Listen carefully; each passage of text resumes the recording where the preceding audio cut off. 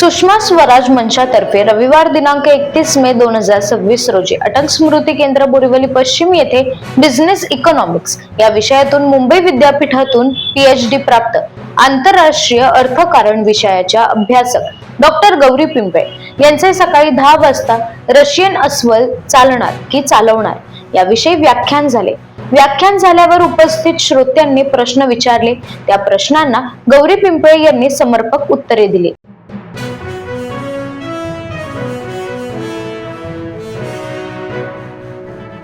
नमस्कार, कार्यक्रमाला सुरुवात करूया। सुषमा स्वराज मंचातर्फे मी अंजली गाडगे जोशी सर्वांचं स्वागत करते। नेहमीच्या प्रथेप्रमाणे दीपप्रज्वलनाने आपण कार्यक्रमाची सुरुवात करूया। मी सुषमा स्वराज मंचाचे अध्यक्ष श्री रवींद्र कटके यांना विनंती करते की आजच्या पाहुण्यांना घेऊन त्यांनी दीपप्रज्वलनासाठी मंचावर यावं।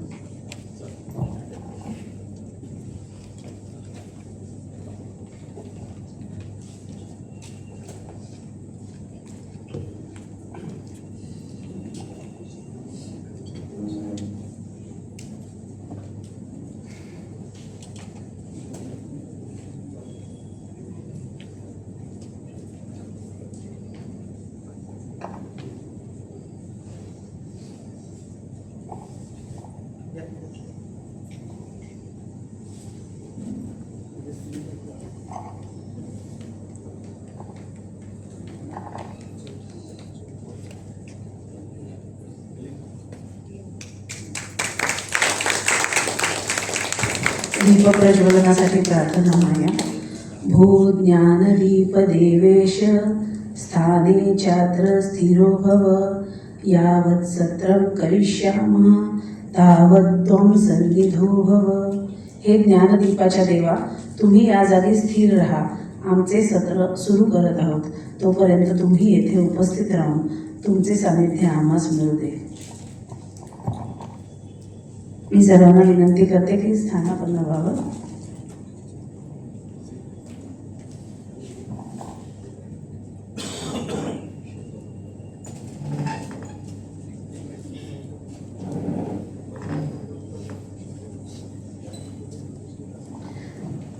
आता मी प्रमुख पाहुण्यांचं पुष्पगुच्छ देऊन स्वागत करण्याची विनंती कटके काकांना करते।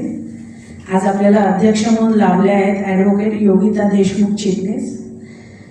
आपल्याकडे अध्यक्ष म्हणून जज देशमुख सर आले होते, ते यांचे वडील आहेत, या त्यांच्या कन्या आहेत। वडील आणि कन्या असा जोडी मिळण्याचा आगळा वेगळा योग या पुरुषोत्तम महिन्यात जोडून आलाय। आपण त्यांचं स्वागत करूया।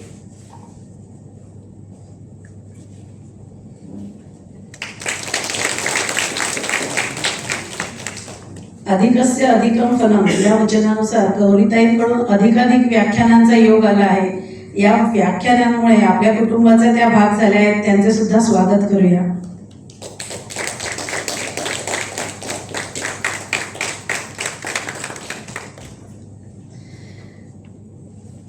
ज्या लेखींमुळे जावयांचं या अधिक महिन्यात कौतुक होत असतं, जावई सगळे सासूरवडीला आपलं कौतुक करून घेत असतात, त्या लेखींचं आज आपण इथे जोरदार स्वागत करूया। कारण त्यांच्यामुळे जावई असतात।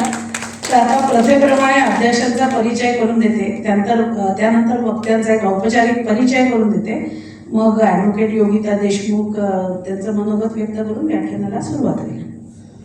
ॲडव्होकेट योगिता देशमुख चिटणीस यांचा परिचय आणि कामाचा आवाका मोठा आहे, पण मी अगदी थोडक्यात ओळख करून देते। बॉम्बे हायकोर्टात, आता अजून तिथे मुंबई का नाही म्हणत माहिती नाही मला, पण बॉम्बे हायकोर्टच म्हणतात। बॉम्बे हायकोर्टात 15 वर्षाहून अधिक काळ सिव्हिल, क्रिमिनल, कन्झ्युमर आणि त्यांचे टेक्निकल अजून वेगवेगळे क्षेत्र असतील, त्यातल्या सगळ्या क्षेत्रातल्या अनेक प्रकारच्या केसेस त्या यशस्वीपणे हाताळत आहेत। सन्माननीय हायकोर्टाने त्यांची लवाद म्हणून नियुक्ती केली आहे। सध्या त्यांच्याकडे 18 केसेस सुरू आहेत। मध्यस्थाची भूमिका त्या प्रभावीपणे निभावत आहेत। Bajaj Allianz, go digital insurance अशा अनेक मोठ्या इन्शुरन्स कंपन्यांच्या कायदे तज्ज्ञ म्हणून त्या कार्यरत आहेत। लहान मोठ्या अशा सर्व कोर्टांमध्ये, म्हणजे अगदी दिंडोशीच्या छोट्या कोर्टापासून ते थेट सुप्रीम कोर्टात अपील करण्यापर्यंत त्यांचा आवाका आहे।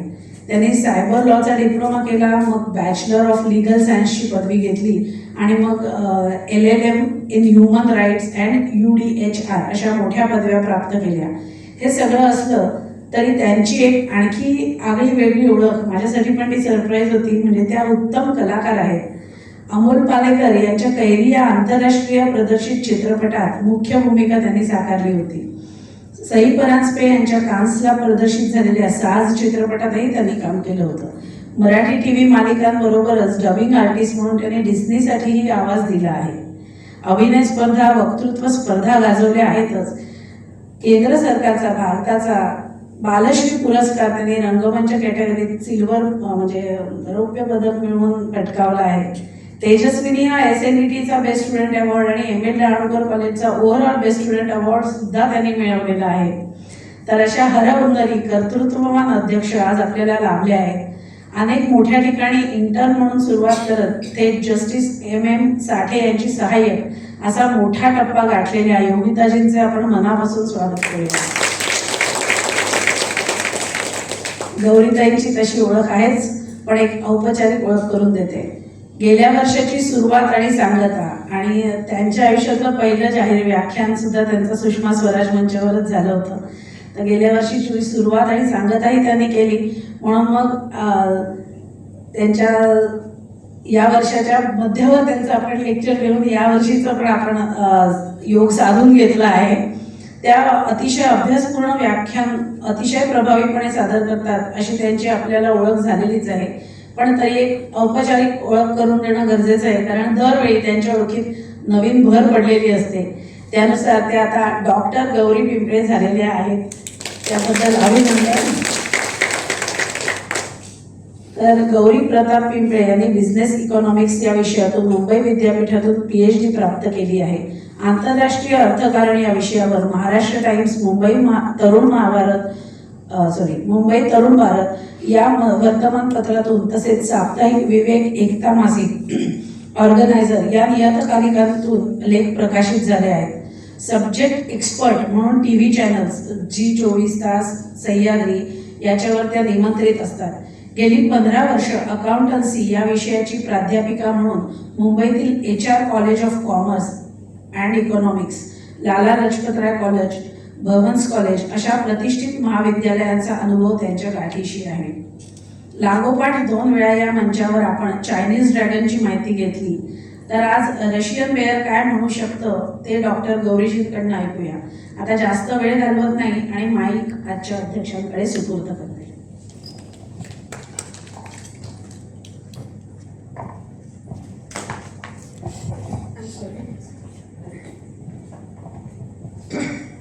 आदरणीय व्यासपीठ आणि इथे उपस्थित श्रोतृगणांना माझा नमस्कार. बऱ्याचदा सुषमा स्वराज मंचाच्या विविध कार्यक्रमांना येण्याची संधी मला मिळते आणि मी इथे ऑडियन्समध्ये बसलेली असते. तर आज इथे अध्यक्षाची खुर्ची देताना खरं तर मलाच फार मोठं दडपण आलेलं आहे. पण एक गोष्ट मला नक्की सांगावीशी वाटते की इंटरनॅशनल अफेअर्स सारख्या अत्यंत किचकट अशा विषयावर सातत्यपूर्वक एक नवीन व्याख्यानमाला सतत चालवत राहणं ही खरंच कौतुकाची गोष्ट आहे. म्हणून एकदा त्यांच्या संयोजकांसाठी आणि हा कार्यक्रम चालू ठेवणाऱ्या साठेसारांसाठी आपण एकदा जोरदार टाळ्या वाजवूया.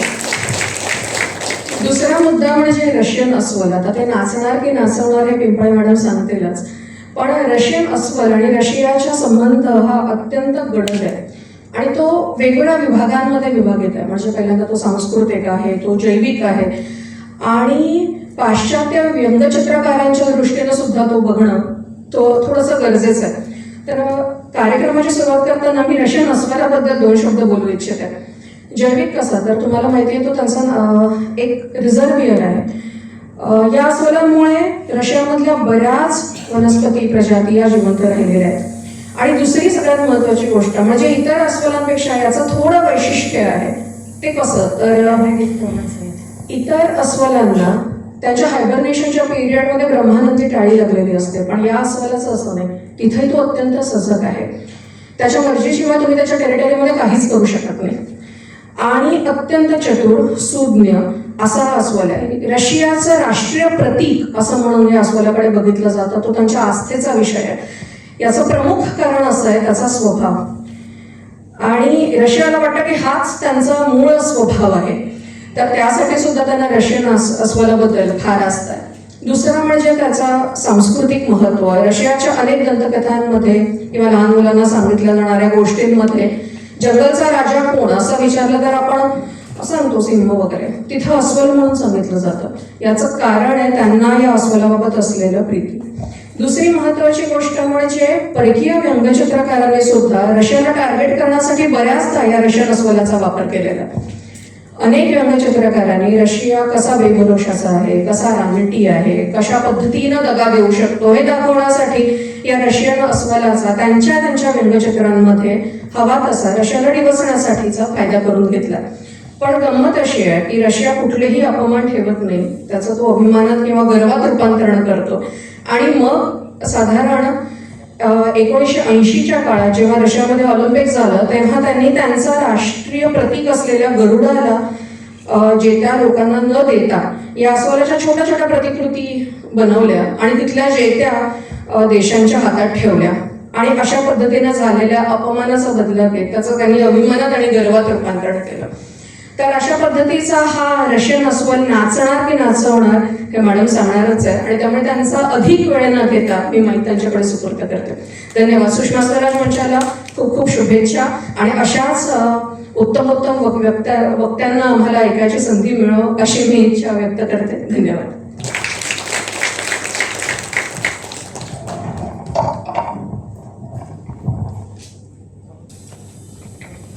नमस्कार. तुमची आणि माझी ही खरं तर तिसरी भेट आहे. 2 वेळेस आपण अमेरिकेचा गरुड बघितला, कायम चेतवणा नव्हता.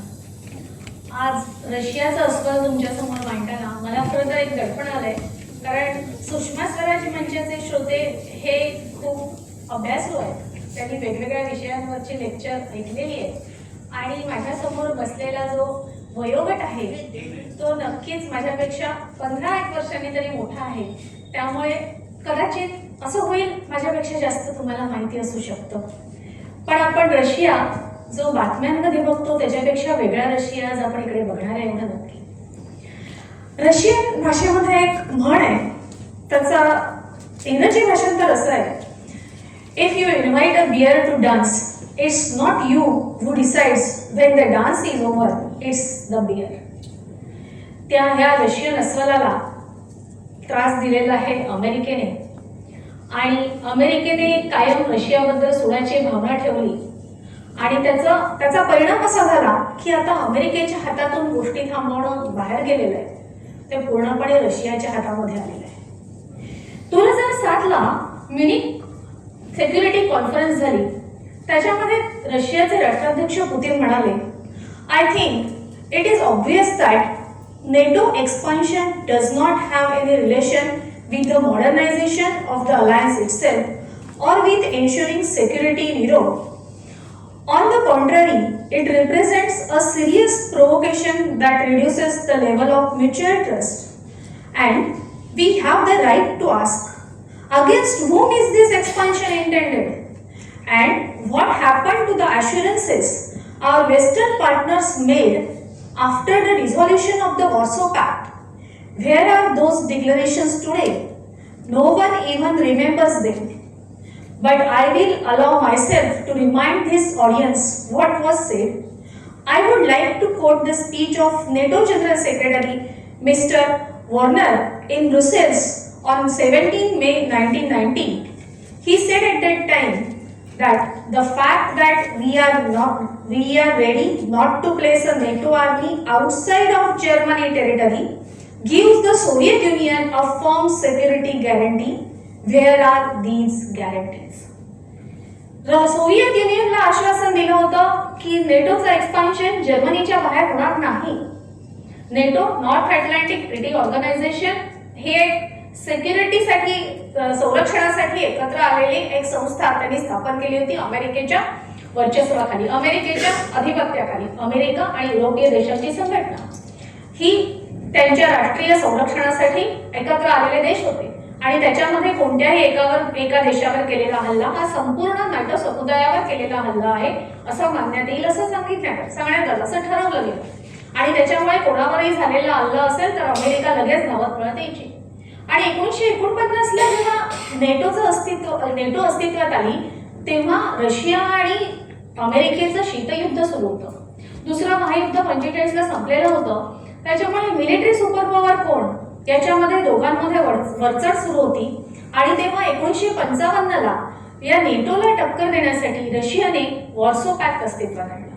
हा वॉर्सो पॅक्ट रशिया आणि त्याच्या आजूबाजूचे 7 राष्ट्र आणि त्याचंही स्वरूप नेटो सारखंच होतं. 1985ला गोर्बाचोव राष्ट्राध्यक्ष झाले रशियाचे. त्याच्यानंतर अमेरिकेबरोबर संबंध सुधारण्यासाठी त्यांनी प्रयत्न केले. त्याच्यामध्ये एक असं ठरलं की विघटनाच्या वेळेस रशियाचं जेव्हा विघटन होईल त्यावेळेस त्याच्या आधी पूर्व आणि पश्चिम जर्मनी एकत्र आणण्यासाठी गोर्बाचोव यांनी अमेरिकेला मदत करावी आणि त्याचबरोबर सोव्हिएत युनियनने जो वॉर्सो पॅक्ट केलेला आहे तो संपुष्टात आणावा आणि जर्मनीच्या टेरिटरीच्या बाहेर नेटो एक्सपान्शन करणार नाही हे सोव्हिएत युनियनला आश्वासन दिलं गेलं.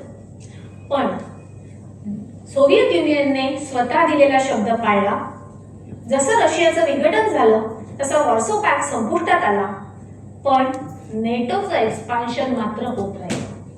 पुतिन यांनी 2007 साली जेव्हा म्हटलं की आम्हाला दिलेलं आश्वासन कुठे गेलं, काय झालं ते आश्वासनाचं, तेव्हा त्याच्या आधी 1999ला झेक रिपब्लिक, हंगेरी, पोलंड या 3 राष्ट्रांना नेटोचं सभासदत्व दिलं गेलं. 2004ला Bulgaria, Estonia, Latvia, Lithuania, Romania, Slovakia आणि स्लोवेनिया या राष्ट्रांना नेटोचं सभासदत्व दिलं गेलं. म्हणजे पुतिन जेव्हा 2007ला बोलले त्याच्या आधी 10 राष्ट्रांना नेटोचं सभासदत्व दिलं गेलं होतं आणि त्याच्यानंतर आतापर्यंत अजून 6 राष्ट्रांना दिलं. म्हणजे 1991ला नेटोची सभासद संख्या होती 16, ती आता 32 झालेली आहे. आणि पुतिन यांना सांगण्यात आलं की आश्वासन तुम्हाला नाही सोव्हिएत युनियनला दिलेलं आहे. हा पुतिन यांच्या पर्यायाने रशियाच्या आत्मसन्मानाला दिला गेलेला धक्का होता. आणि 2000 साली जेव्हा पुतिन नेटोचं सभासदत्व मागायला गेले तेव्हा अमेरिकेने सांगितलं की तुम्ही तुमचं संरक्षण करायला समर्थ आहात. हा फक्त एकट्या पुतिन यांचा विषय नव्हता, हा पूर्ण रशियाचा विषय होता. पुतिन KGBचे प्रमुख म्हणून जी गुप्तहेर संघटना आहे त्याचे प्रमुख म्हणून पुतिन यांनी काम केलेलं होतं. त्यामुळे पुतिन यांना जागतिक राजकारण काय आणि कोणाच्या तालावरती चालतं याची पूर्ण कल्पना होती. त्यात 1991 नंतर विघटनानंतर रशियाची जी आर्थिक परिस्थिती झाली, रशियाची आर्थिक परिस्थिती अतिशय हलाखीची झाली आणि पुतिन यांनी डोळ्यांनी हे सगळं बघितलेलं होतं. एक राष्ट्राध्यक्ष म्हणून पुतिन यांना जे जाणवलं ते 2007च्या म्युनिक सिक्युरिटी कॉन्फरन्सच्या भाषणामध्ये दिसून आलं. आणि त्याच भाषणात पुतिन यांनी असं म्हटलं होतं की पुढे जाऊन जग मल्टीपोलॅरिटीकडे वळेल, युनिपोलर वर्ल्ड राहणार नाही. पुतिन यांनी भाषणाच्या सुरुवातीला म्हटलं की मी जे बोलणार आहे ते कदाचित या कॉन्फरन्सच्या अध्यक्षा ज्या आहेत त्यांना आवडणार नाही, 2 मिनिटांनंतर माझं भाषण बंद करण्यात येईल. पण पुतिन यांनी असं थेट म्हटल्यानंतर अर्ध्या तासाचं पुतिन यांचं भाषण होऊ दिलं गेलं. सुरुवातीपासून शेवटपर्यंत अमेरिकेवरती पूर्ण ताशेरे उडलेले नाव न घेता. आणि पुतिन असं का बोलले त्याचं आपण पार्श्वभूमी बघितली रशियाची, तर रशियाचा इतिहास आपण वेगवेगळ्या कालखंडांमध्ये जर मांडला तर त्याच्यामध्ये झारची सत्ता, कम्युनिस्टांची सत्ता, गोर्बाचेवांचा काळ, विघटनानंतरचा रशिया 91 ते पुतिन राष्ट्राध्यक्ष होईपर्यंतचा आणि पुतिन यांच्या राष्ट्राध्यक्ष काळातला आत्ताचा 25-26 वर्षाचा रशिया, असे सलग कालखंड करण्यात येते आणि ते अभ्यासासाठी आपल्याला जास्त सोयीस्कर पडते. जेव्हा पुतिन असं म्हणाले तेव्हा मी आत्ताच तुम्हाला म्हटलं की पुतिन यांनी या जागतिक राजकारण फार जवळून बघितलेलं होतं. मिखाईल गोर्बाचोव 1985ला रशियाचे राष्ट्राध्यक्ष झाले. रशियाची अर्थव्यवस्था ही मुख्य करून तेलाच्या व्यापारावर अवलंबून आहे. 1960मध्ये 1960च्या दशकात रशिया हा तेलाचा मुख्य निर्यातदार म्हणून उदयाला आला आणि 1970मध्ये रशिया नैसर्गिक वायूचा निर्यातदार म्हणून उदयाला आला. याच्यामध्ये झालं असं की तेलाच्या किमती जशा वरती खालती होतील तसे रशियन इकॉनॉमीमध्ये वरचढ व्हायला लागली, चढउतार व्हायला लागली. 1972ला योम कुप्पूर वॉर झालं मध्य आशिया, पश्चिम आशियामध्ये, मध्य पूर्वेकडे. त्या योम कुप्पूरच्या युद्धामध्ये झालं असं की 1970ला $3 पर बॅरल असलेलं तेल 1973ला $12 पर बॅरल इथपर्यंत वरती गेलं, थेट चौपट किंमत झाली. आणि त्याचा फायदा रशियाला मिळाला. रशियाची इकॉनॉमी तशी स्टेबल नव्हती, पण अचानक तेलाच्या किमती वाढल्यामुळे फायदा रशियाला झाला. 1980 मध्ये इराणमध्ये रेजिम चेंज झालं, इराणमध्ये सत्तांतर झालं आणि तेलाच्या किमती ज्या 1973-74 मध्ये $12 पर बॅरल होत्या, त्या 1980 मध्ये $35 पर बॅरल झाल्या. त्यामुळे अर्थात रशियन इकॉनॉमीला त्याचा फायदा झाला. 1985 पर्यंत तेलाच्या किमती कमी कमी होत होत $27 पर बॅरल इथपर्यंत खाली आल्या. रशियाला थोडा त्याचा तोटा सहन करावा लागला. पण जेव्हा मिखाईल गोर्बाचोव्ह राष्ट्राध्यक्ष झाले तेव्हा रशियाची परिस्थिती अशी होती की सर्वसामान्य नागरिकांना रोजच्या वापराच्या लागणाऱ्या वस्तू ज्या असतात त्यांचाही तुटवडा सहन करावा लागत होता. म्हणजे राष्ट्राध्यक्ष झाल्यानंतर मिखाईल गोर्बाचोव्ह काय म्हणाले असतील, I will solve the problem of women's पॅन्टिओज.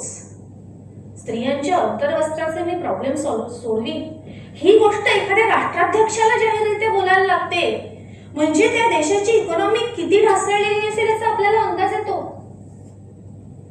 आणि त्याच्यामध्ये झालं असं, मिखाईल गोर्बाचोव्ह असं म्हणाले, मी रशियन इकॉनॉमी रिकव्हर करेन, पण इकडे आंतरराष्ट्रीय बाजारामध्ये तेलाचे भाव धाडकन कोसळले. $27 पर बॅरल 1985ला असलेलं ते $10 पर बॅरल इतकं खाली गेलं. गोर्बाचोव्ह यांच्या हातातून सगळं निघून गेलं. गोर्बाचोव्ह यांनी तेव्हाचे ब्रिटिश पंतप्रधान जॉन त्यांना मेसेज केला, डिअर जॉन प्लीज हेल्प. कोणीतरी आम्हाला वाचवा आता ह्याच्यामधून. त्यांनी तेलाचे जे व्यापारी होते तेव्हाचे रशियामधले, त्यांना सांगितलं की सरकारला कमीत कमी ऍग्रिकल्चर प्रोडक्ट्स खरेदी करण्यासाठी तुम्ही मदत करा. आणि रशियन इकॉनॉमी सुधारायची बाजूला राहिली, पण रशियाची विघटनाकडे वाटचाल सुरू झाली. 25 डिसेंबर 1991ला मिखाईल गोर्बाचोव्ह टीव्हीवरती आले, रशियन टेलिव्हिजनवर आले आणि त्यांनी सांगितलं की मी आता सोव्हिएत युनियनचा राष्ट्राध्यक्ष नाही, सोव्हिएत युनियनच आता राहणार नाही. आणि 1 जानेवारी 1992ला बोरिस येल्सिन रशियाचे राष्ट्राध्यक्ष झाले.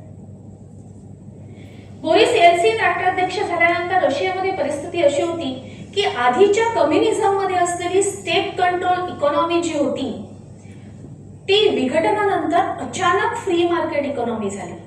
स्टेट कंट्रोल इकॉनॉमी मध्ये सगळ्या गोष्टी ह्या सरकारच्या ताब्यात असतात. कोणी काय प्रोडक्शन करायचं, किती प्रोडक्शन करायचं, मार्केट काय आहे, त्याचे दर काय आहेत, हे सगळं सरकार ठरवत असतं. कम्युनिझमच्या काळामध्ये संपूर्णपणे अशी इकॉनॉमी रशियाची होती. अगदी कामगारांचे पगार सुद्धा.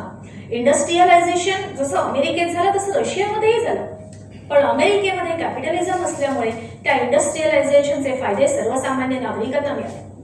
रशियामध्ये कम्युनिझमची स्टेट कंट्रोल इकॉनॉमी असल्यामुळे त्याचे फायदे सर्वसामान्य नागरिकांना मिळायचे सोडाच, पण जे स्टँडर्ड्स सेट केलेले असतात, कशा प्रकारे बिझनेस चालला पाहिजे, कोणी कोणाला फसवू नये, फ्रॉड होऊ नयेत, बँकिंग सिस्टम प्रॉपर असते, तसे कुठलेही कायदे रशियामध्ये नव्हते.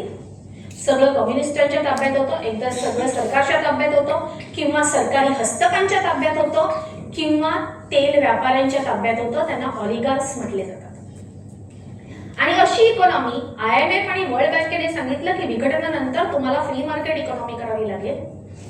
तेव्हा ती अचानक फ्री मार्केट इकॉनॉमी झाल्यानंतर ज्यांच्याकडे आपल्याकडे जशी बँकिंग सिस्टम डेव्हलप झालेली आहे तशी बँकिंग सिस्टम ज्या रशियामध्ये डेव्हलप नाहीये, त्यांच्याकडे कॉन्ट्रॅक्टसाठी कुठलेही कायदे नाहीयेत, बिझनेस कसा करावा याच्या गाईडलाईन नाहीयेत, प्रॉपर कॅपिटलिझमची एंटरप्रेन्युअरशिप डेव्हलप झालेली नाहीये, अशा रशियाला फ्री मार्केट इकॉनॉमीमध्ये जायला सांगितल्यानंतर अचानक मार्केट भावाने सगळ्या वस्तूंचे दर वाढले.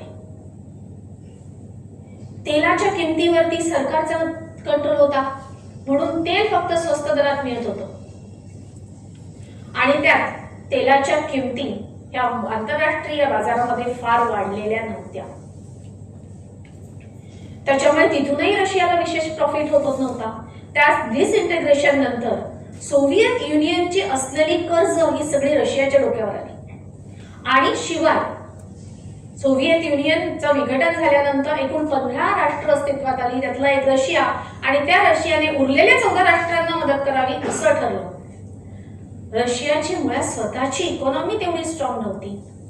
त्यात त्यांना सोव्हिएत युनियनची कर्ज, त्याचा इंटरेस्ट पेमेंट करायचं होतं. आणि रशियाकडे सर्वसामान्य नागरिकांना रोजच्या जीवनावश्यक वस्तू पुरवण्यासाठी पैसे नव्हते. ऍग्रिकल्चर सेक्टर सुद्धा कम्युनिझमच्या काळामध्ये होतं कोणाच्या हातात? सरकारच्या हातात होतं. अचानक फ्री मार्केट इकॉनॉमी झाल्यानंतर शेतकऱ्यांनाही कळेना कशा प्रकारे पीक उत्पादन करायचं.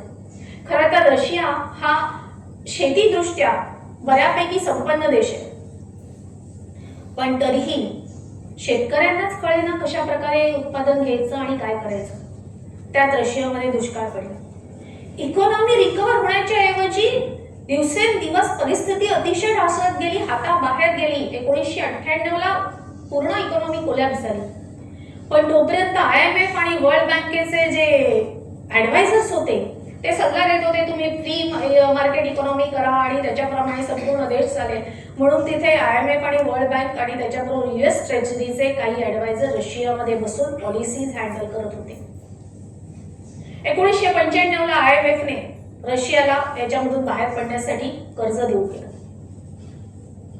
आणि ते कर्ज, असं म्हटलं जातं, ते कर्ज कोणाच्या खिशात गेलं तर रशियाच्या ॲज अ स्टेट इकॉनॉमी म्हणून रशियाला काही मिळालं नाही, तर हे कम्युनिस्टांचे हस्तक आणि जे ऑइल माफिया होते त्यांच्या खिशात ते पैसे गेले.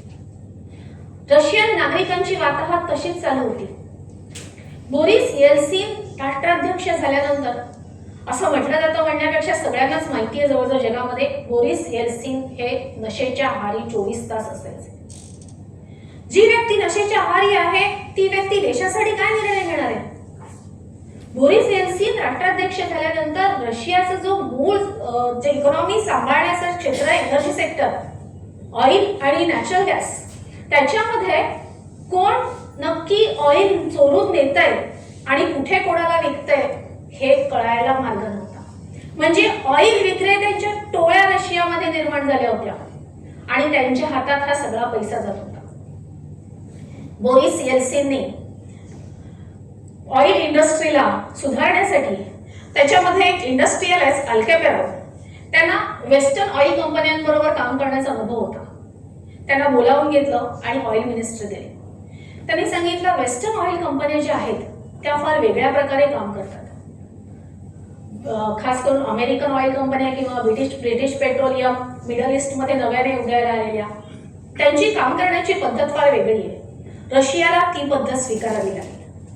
1995 ला बोरिस येल्सिन यांनी या सगळ्या ऑइल कंपन्या त्यांना एक शिस्त लावण्यासाठी वेगळा निर्णय घेतला. त्यांचं प्रायव्हेटायझेशन करायचं ठरलं. आणि प्रायव्हेटायझेशन केल्यानंतर लुकोइल, युको ऑइल, सर्जर, रोजनेफ, TNK, रोजनेफ आणि TNK मिनी मेजर्स मानल्या जातात. लुकोइल, युको ऑइल आणि सर्जर या 3 मोठ्या कंपन्या स्थापन करण्यात आल्या. या 3 मोठ्या कंपन्या स्थापन झाल्या, पण प्रश्न असा होता की रशियाकडे जी टेक्नॉलॉजी होती, जे तंत्रज्ञान होतं, ते 1960च्या काळातलं होतं.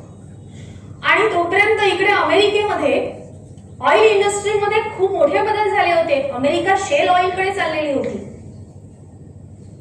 आणि रशियामध्ये मात्र तंत्रज्ञान होतं 1960 सालचं. त्यामुळे जरी मोठ्या ऑइल कंपन्या स्थापन झाल्या तरी त्यांचं तंत्रज्ञान बदलणं आणि अत्याधुनिकीकरण हे अत्यंत गरजेचं होतं.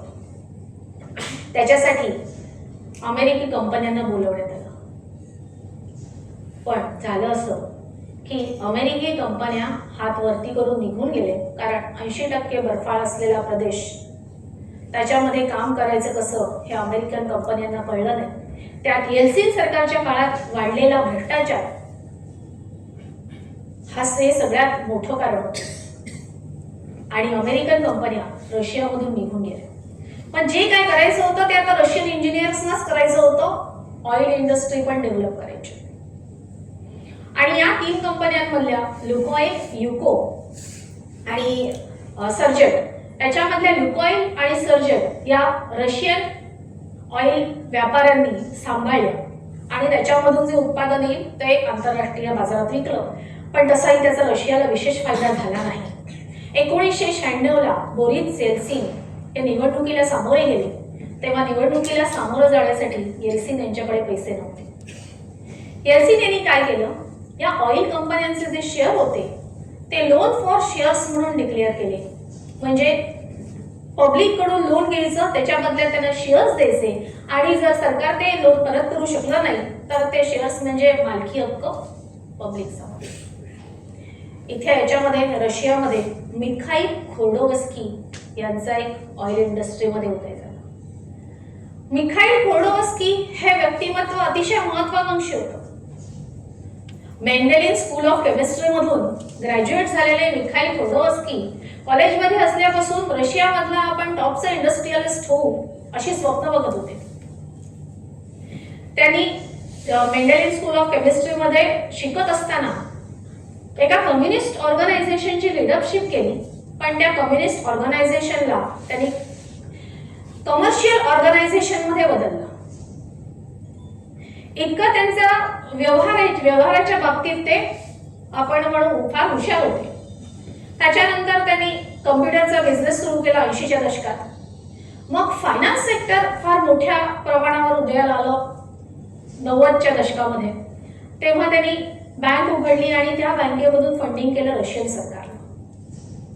जेव्हा लोन फॉर शेअर्स ही स्कीम बोरिस येल्सिनने आणली आणि युको ऑइलचे शेअर्स त्याच्यामध्ये होते. 50% जास्त शेअर युको ऑइलचे लोन फॉर शेअर स्कीम मध्ये होते. मिखाईल खोर्डोवस्की यांनी ते विकत घेतले. त्यांनी ते विकत घेतले म्हणजे $309 मिलियन रशियन सरकारला लोन दिलं. त्याच्या बदल्यात त्यांना शेअर्स मिळाले आणि येल्सिन काही हे लोन चुकतं करू शकले नाहीत. त्यामुळे ते शेअर कायमस्वरूपी खोर्डोवस्की यांचे झाले. आणि मिखाईल खोर्डोवस्की रशियाचे सगळ्यात श्रीमंत ऑइल व्यापारी म्हणून उदयाला आले. आणि या सगळ्या काळामध्ये जरी ऑइल कंपन्या भरपूर नफा कमवत असल्या तरी सर्वसामान्य रशियन नागरिकांना त्याचा फायदा मिळालेला नव्हता. या काळामध्ये रशियाचा इन्फ्लेशन रेट 84% पर्यंत पोहोचला. जवळजवळ सगळ्या वस्तूंच्या किमती दुप्पट. दूध, लहान मुलांना पिण्यासाठी दूध अवेलेबल नाही अशी परिस्थिती झाली रशियामध्ये. आणि त्याच्यामध्ये रुबलवरती प्रेशर आलं. रशिया इंटरेस्ट पेमेंट करू शकत नव्हता. 95 साली दिलेलं लोन IMFने त्याची इंटरेस्ट पेमेंट रशिया करू शकत नव्हता आणि रशियावरती हे कर्जाचा ओझं वाढत चाललं. रुबलवर प्रेशर आलं. तो 5 रुबल पर डॉलर असलेला रुबल 7 रुबल पर डॉलर इथपर्यंत कोसळला. आणि रुबल कोसळल्यानंतर या ऑइल व्यापाऱ्यांनी काय केलं की त्यांच्याकडचे डॉलर्स होते ते सेल करायला सुरुवात केली आणि त्याच्यामुळे झालं असं रुबलवरचं प्रेशर वाढत गेलं. तो रुबल 21 रुबल पर डॉलर इतका घसरला. आणि शेवटी रशियन सरकारने सांगितलं इट्स बियॉन्ड रिकव्हरी. आम्ही कर्जाची पेमेंट आता करू शकत नाही.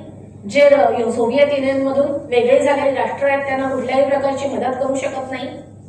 90 दिवसांचा मोरटोरियम मागितला IMF आणि वर्ल्ड बँकेकडे. आणि IMF आणि वर्ल्ड बँकेला सांगितलं आम्हाला नवीन कर्ज द्या.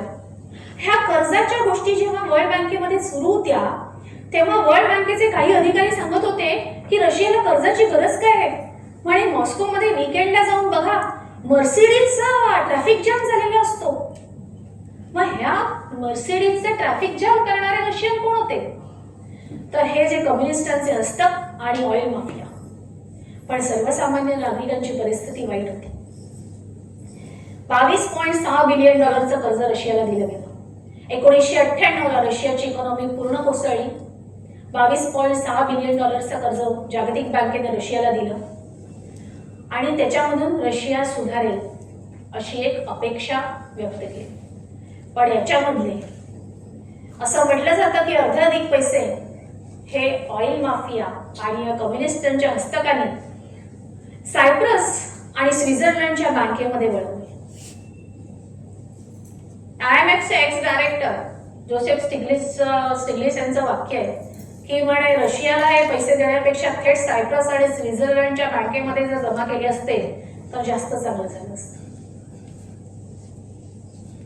हा 1998ला पूर्ण कोलॅप्स झालेला रशिया, जो रशिया शीतयुद्धामध्ये अमेरिकेला टक्कर देत होता, तो विघटनानंतर 91 ते 98 अवघ्या 7 वर्षामध्ये पूर्ण कोलॅप्स झाला. आणि त्यात अमेरिकेने विघटनानंतर रशियाचे राष्ट्राध्यक्ष जे बोरिस येल्सिन यांना बसवलेलं होतं, ती व्यक्ती पूर्ण नशेच्या आहारी आहे हे असते हे अमेरिकेला माहिती होतं. त्यामुळे रशिया हा आपला एक अंकित असावा, एक अंकित राष्ट्र असावं या दृष्टीने अमेरिकेने पूर्ण प्रयत्न केले. आणि आता याच्यामधून बाहेर पडायचं तर बोरिस येल्सिन नवीन निवडणुकीला सामोरे जाण्याच्या कुठल्याही मनस्थितीत नव्हते, जाऊच शकत नव्हते, अशी परिस्थिती होती. आणि मग त्यावेळेस ऑगस्ट 1999ला व्लादिमीर पुतिन यांना पंतप्रधान म्हणून त्यांनी नियुक्त केलं. व्लादिमीर पुतिन यांचा सगळ्यात मोठा प्लस पॉइंट हा होता की ते KGBचे अध्यक्ष होते. हे सगळ्यांना माहिती होतं. गुप्तहेर खात्यामध्ये काम केलेला माणूस आहे.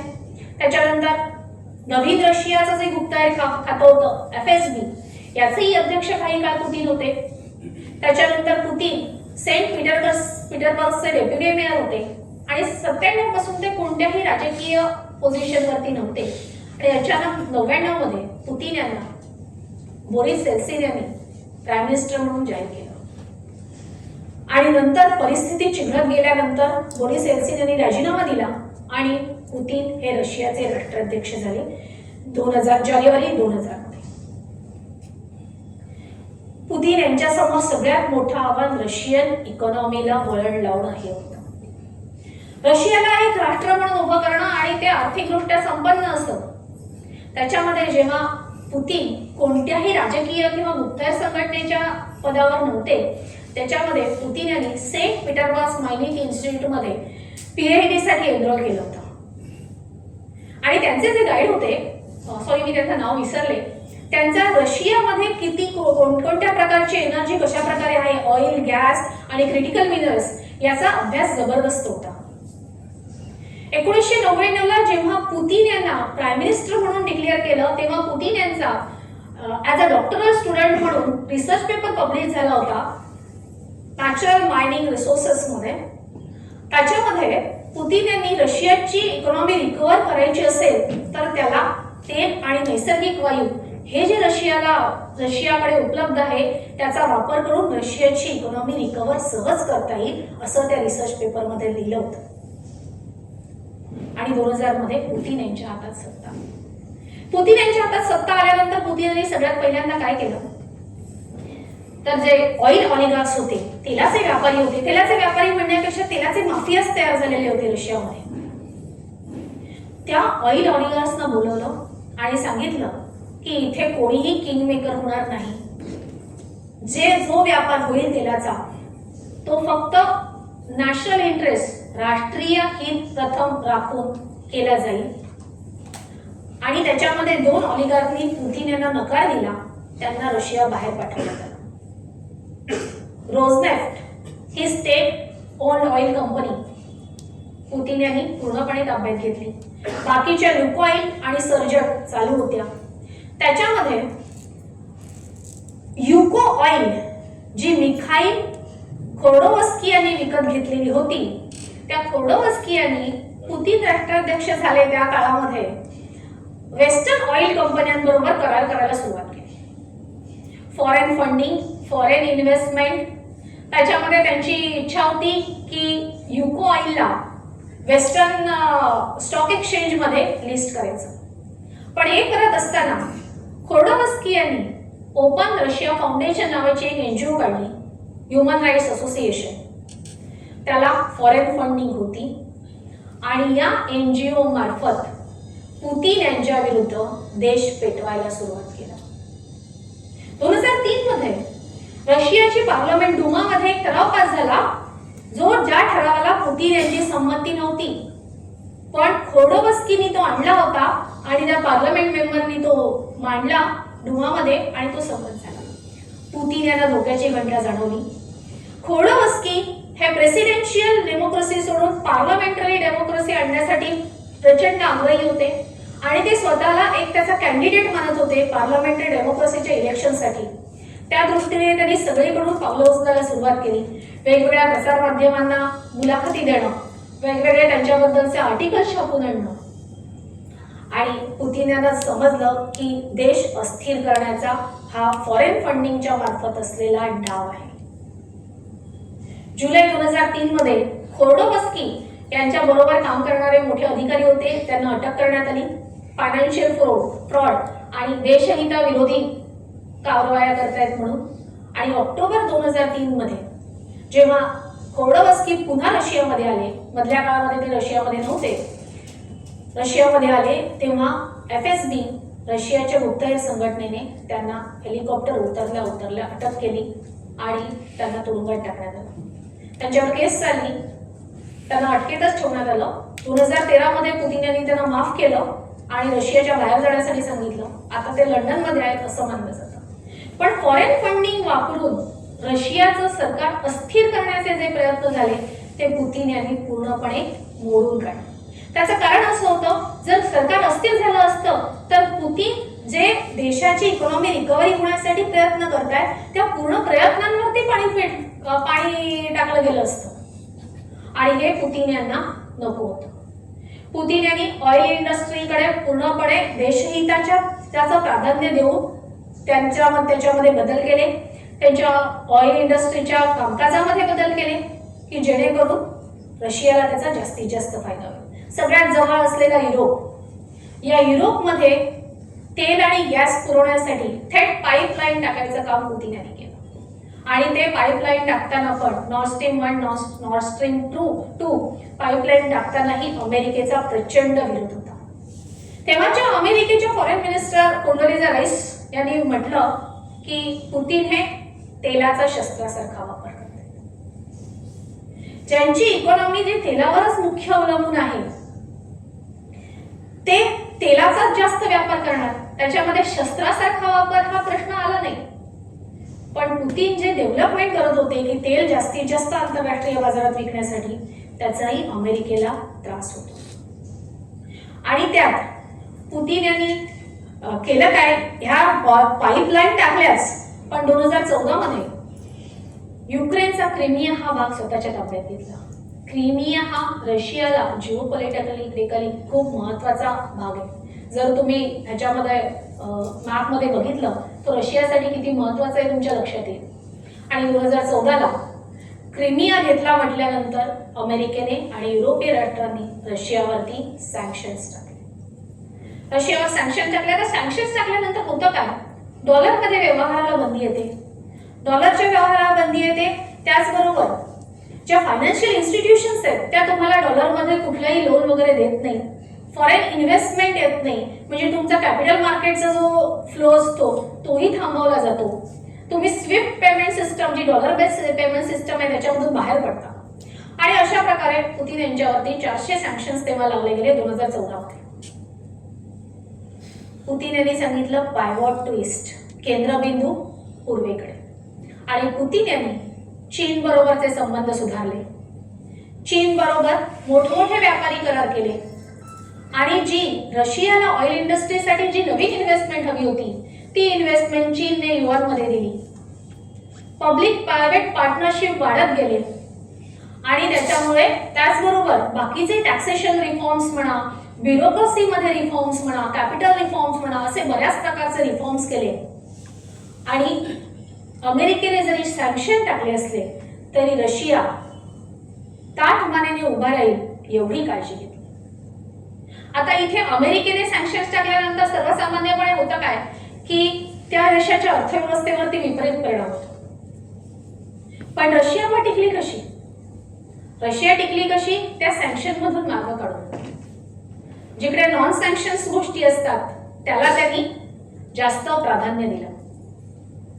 आणि जरी अमेरिकेने सँक्शन टाकलं असतं तरी सगळ्या युरोपीय देशांनी रशियावरती सँक्शन टाकलेले नव्हते. त्यामुळे रशियाचं तेल युरोपीय राष्ट्र विकत घेत होती, ते त्यांना सगळ्यात जवळचं होतं. आणि हळूहळू करत त्यांनी पुतीन यांनी चीन बरोबर जपान, भारत, कोरिया या सगळ्या देशांबरोबरचे संबंध चांगले करत नाही.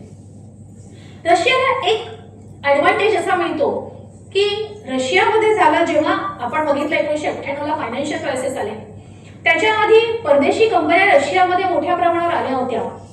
म्हणजे इम्पोर्टेड गुड्स मोठ्या प्रमाणावर, इम्पोर्टेड कन्झ्युमर्स गुड्स मोठ्या प्रमाणावर रशियामध्ये उपलब्ध होते. पण जसा रुबलचं डिव्हॅल्युएशन झालं तसं सर्वसामान्य नागरिकांना त्या वस्तू परवडेना. मग रशियन इंडस्ट्रीने, रशियन कंपन्यांनी मोठ्या प्रमाणावर कन्झ्युमर गुड्स बनवायला सुरुवात केली, कन्झ्युमर गुड्स तयार करायला सुरुवात केली आणि मग रशियन नागरिकांना रशियन वस्तूच खरेदी करायची सवय लागली. त्यामुळे रशियाला करंट अकाउंटमध्ये हा नेहमीच सरप्लस राहिलेला आहे. जरी 1991 पासून आपण बघितलं तर 1996 पर्यंत त्यांना सरप्लस होता, पण तो सरप्लसची अमाऊंट खूप लहान होती, म्हणजे 1 बिलियन किंवा 2 बिलियन 5 बिलियन पर्यंत.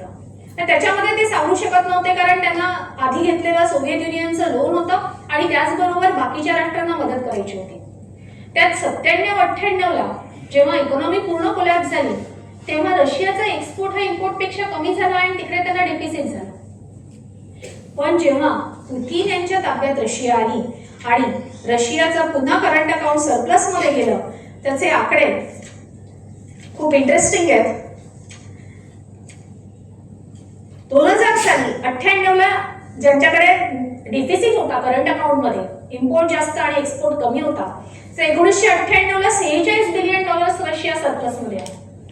2008ला $103 बिलियन रशिया सरप्लसमध्ये आहे. आणि याच्यामध्ये 2008ला ग्लोबल फायनान्शियल क्रायसिस आले, US सबप्राईम क्रायसिसमुळे सगळ्याच देशांना फटका बसला होता. त्याच्यानंतर पुन्हा $49 बिलियन 2009ला त्यांचं सरप्लस आहे. 2022 साली सगळ्यात जास्त सरप्लस आहे, $241 बिलियन आणि आता करंट जो एस्टिमेटेड सरप्लस आहे तो $78 बिलियन एवढा सरप्लस आहे. आणि रशियाचं वैशिष्ट्य असं, रशियावर कुठलंही एक्सटर्नल डेट नाही, परकीय राष्ट्रांचं रशियावरती कोणतंही कर्ज नाही. कर्ज जे आहे ते फक्त रुबलमध्ये आणि ते पण डोमेस्टिक कर्ज आहे आणि त्याचा डेट टू जीडीपी रेशो फक्त 20%.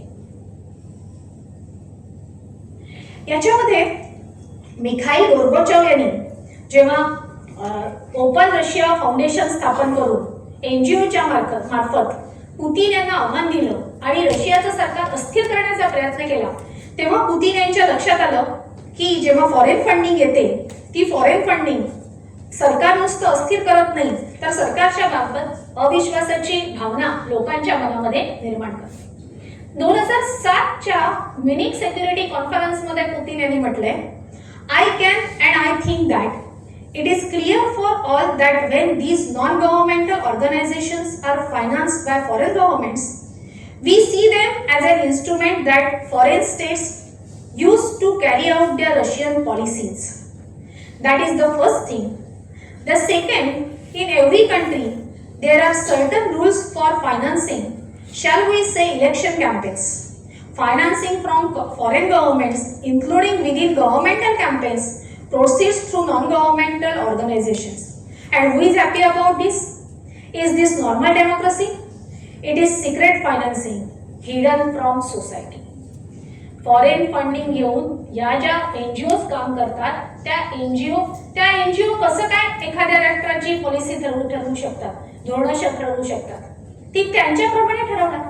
आणि म्हणून पुतिन यांच्या अध्यक्षतेखाली फॉरेन एजंट लॉ 2012ला पास झाला आणि 2015 पासून सगळ्या एनजीओजनी रशियामधलं कामकाज बंद करून पळ काढलं.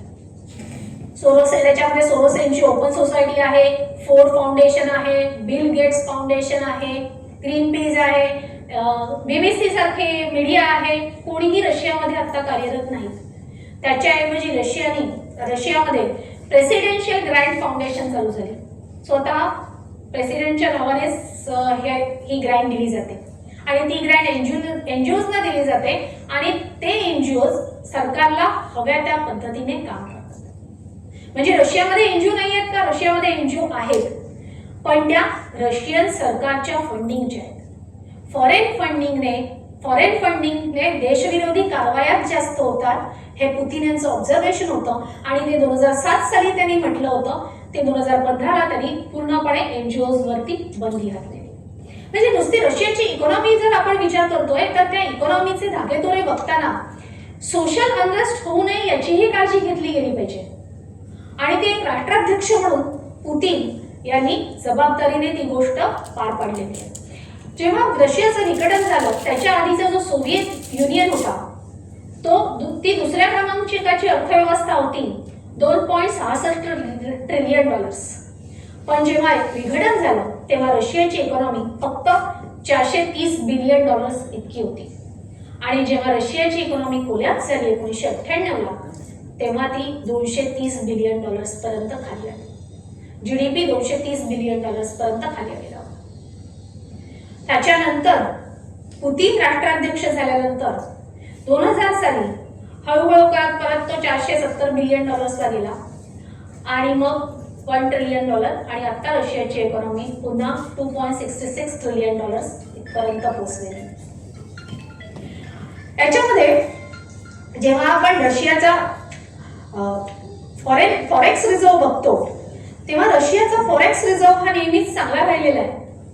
पण जेव्हा त्यांचा फायनान्शियल क्रायसिसचा काळ होता 91 ते 98 या काळामध्ये फॉरेक्स रिझर्व्ह ही कमी होत गेला. कारण त्याच्यामध्ये आपण बघितलं की रुबलची व्हॅल्यू कमी होत गेली आणि रुबलला स्थिर करण्यासाठी रशियाच्या सेंट्रल बँकेला डॉलर्स विकावे लागले आणि त्याच्यामुळे त्यांचा फॉरेक्स रिझर्व्ह कमी झाला. पण आज रशिया हा फॉरेक्स रिझर्व्ह मध्ये 5व्या क्रमांकाचा फॉरेक्स रिझर्व्ह असलेला देश आहे. $616 बिलियन इतका फॉरेक्स रिझर्व्ह आहे रशियाचा. आणि वैशिष्ट्य म्हणजे रशियाच्या फॉरेक्स रिझर्व्ह मध्ये 40% वाटा हा सोन्याचा आहे. रशिया स्वतः गोल्ड प्रोड्युसिंग कंट्री आहे. रशिया दुसऱ्या क्रमांकाचा गोल्ड प्रोड्युसर आहे संपूर्ण जगातला. रिफाईन होत नाही रशियामध्ये, ते दुसरीकडे जातं. पण गोल्ड प्रोड्युसर कंट्रीमध्ये रशिया दुसऱ्या क्रमांकाचा आहे.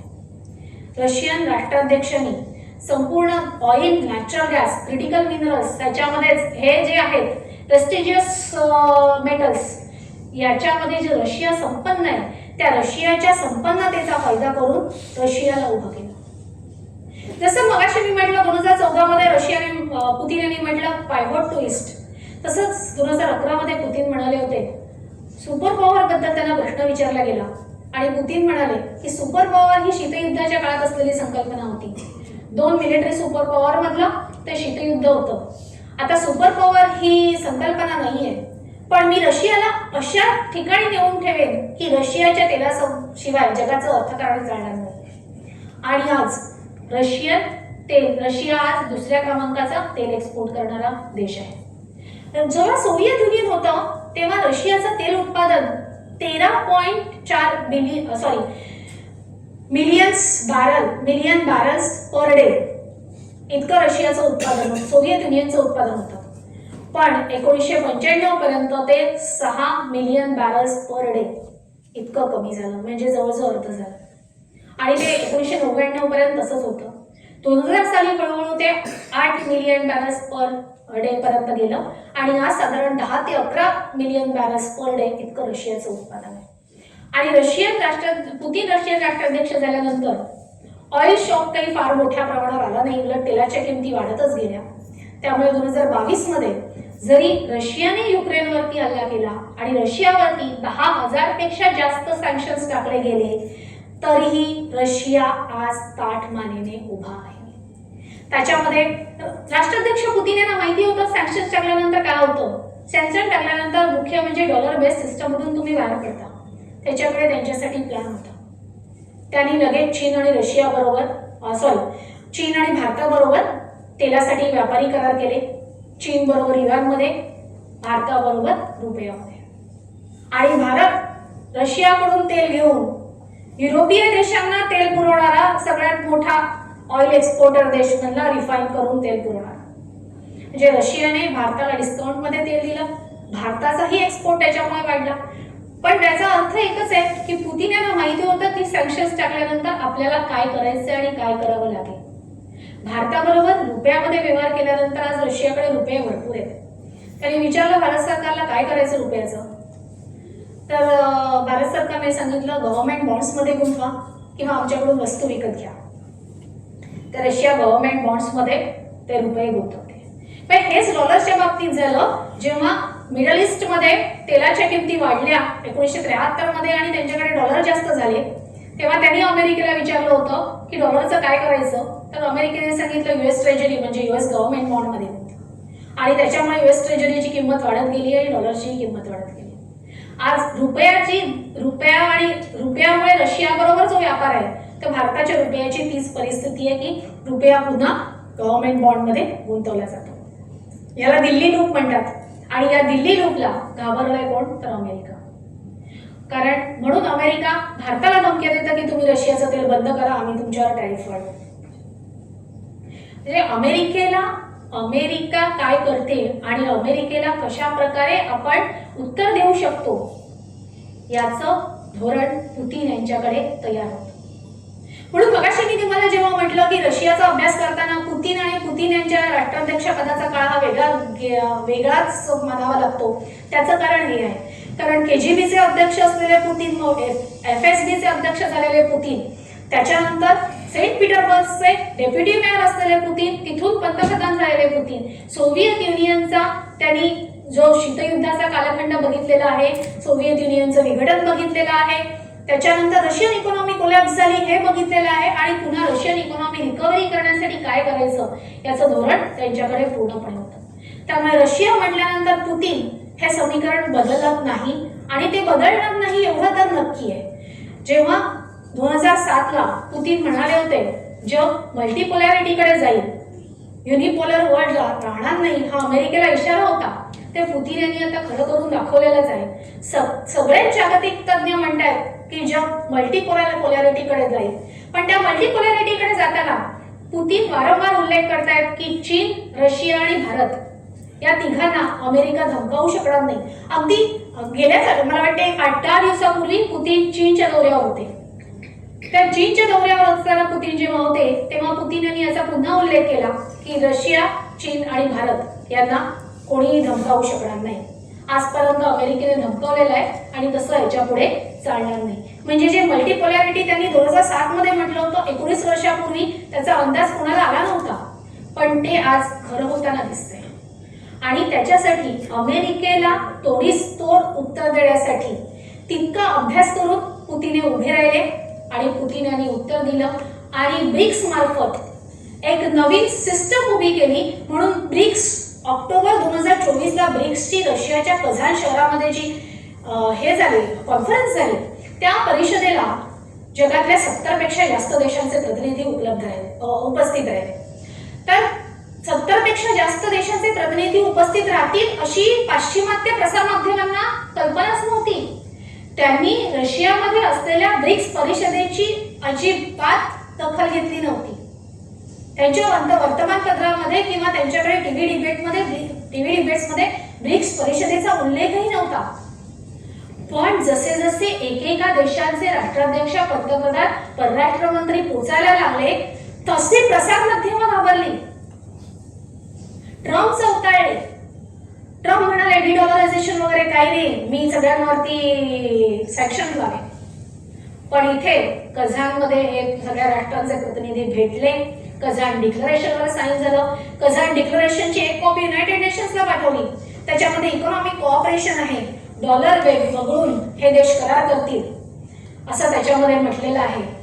आणि ते करार कोणत्या चलनामध्ये करतील तर नॅशनल करन्सीजमध्ये करतील, लोकल करन्सीजमध्ये करतील, आणि त्याच्यासाठी त्या त्या देशांची जी सिस्टम असेल ती सिस्टम वापरली जाईल असं त्याच्यामध्ये ठरलं. ब्रिक्स डेव्हलपमेंट बँकेची स्थापना आधीच झालेली आहे. आफ्रिकन देश आज ब्रिक्स डेव्हलपमेंट बँकेकडे कर्ज देतील या आशेने बघतायत. त्याच्यासाठी ते प्रोसिजर्स पूर्ण करतायत. आम्हाला ब्रिक्सचं सभासदत्व द्या. आजही ब्रिक्सचं सभासदत्व मुख्य 5 देशांव्यतिरिक्त जास्त देशांना नाहीये, ऑब्झर्वेटरी स्टेटस आहे. फुल फ्लेज मध्ये सभासदत्व दिलं गेलेलं नाहीये. त्याच्यासाठी सगळे देश उत्सुक आहेत. म्हणजे अमेरिकेने जी व्यवस्था प्रस्थापित केली, जी अस्तित्वात आणली 1945ला United Nation, IMF, World Bank, त्याला टक्कर देणारी तशीच समांतर व्यवस्था पुतीन यांच्या रशियाच्या अध्यक्षतेखाली उभी राहिली. त्यात रशिया हा मुख्य देश म्हणून. मग जेव्हा मल्टीपोलॅरिटी आपण म्हणतो तेव्हा त्या मल्टीपोलॅरिटीमध्ये एक मजबूत खांब म्हणून पुतीन यांनी रशियाला उभा केलेला आहे आणि हे पुतीन यांचं योगदान जागतिक राजकारणामध्ये नाही तर जागतिक अर्थकारणामध्ये सुद्धा फार ठळकपणे मांडलं जाईल.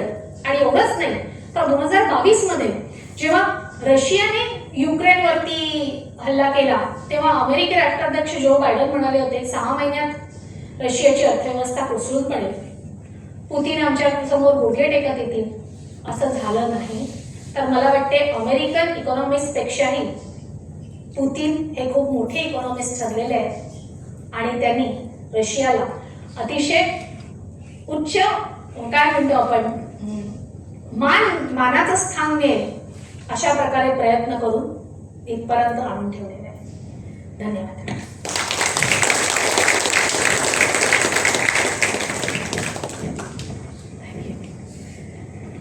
नेहमीप्रमाणे प्रभावी व्याख्यान झालेलं आहे, पण ते ऐकताना बऱ्याच जणांना काही प्रश्न पडले असतील तर तुम्ही प्रश्न विचारू शकता.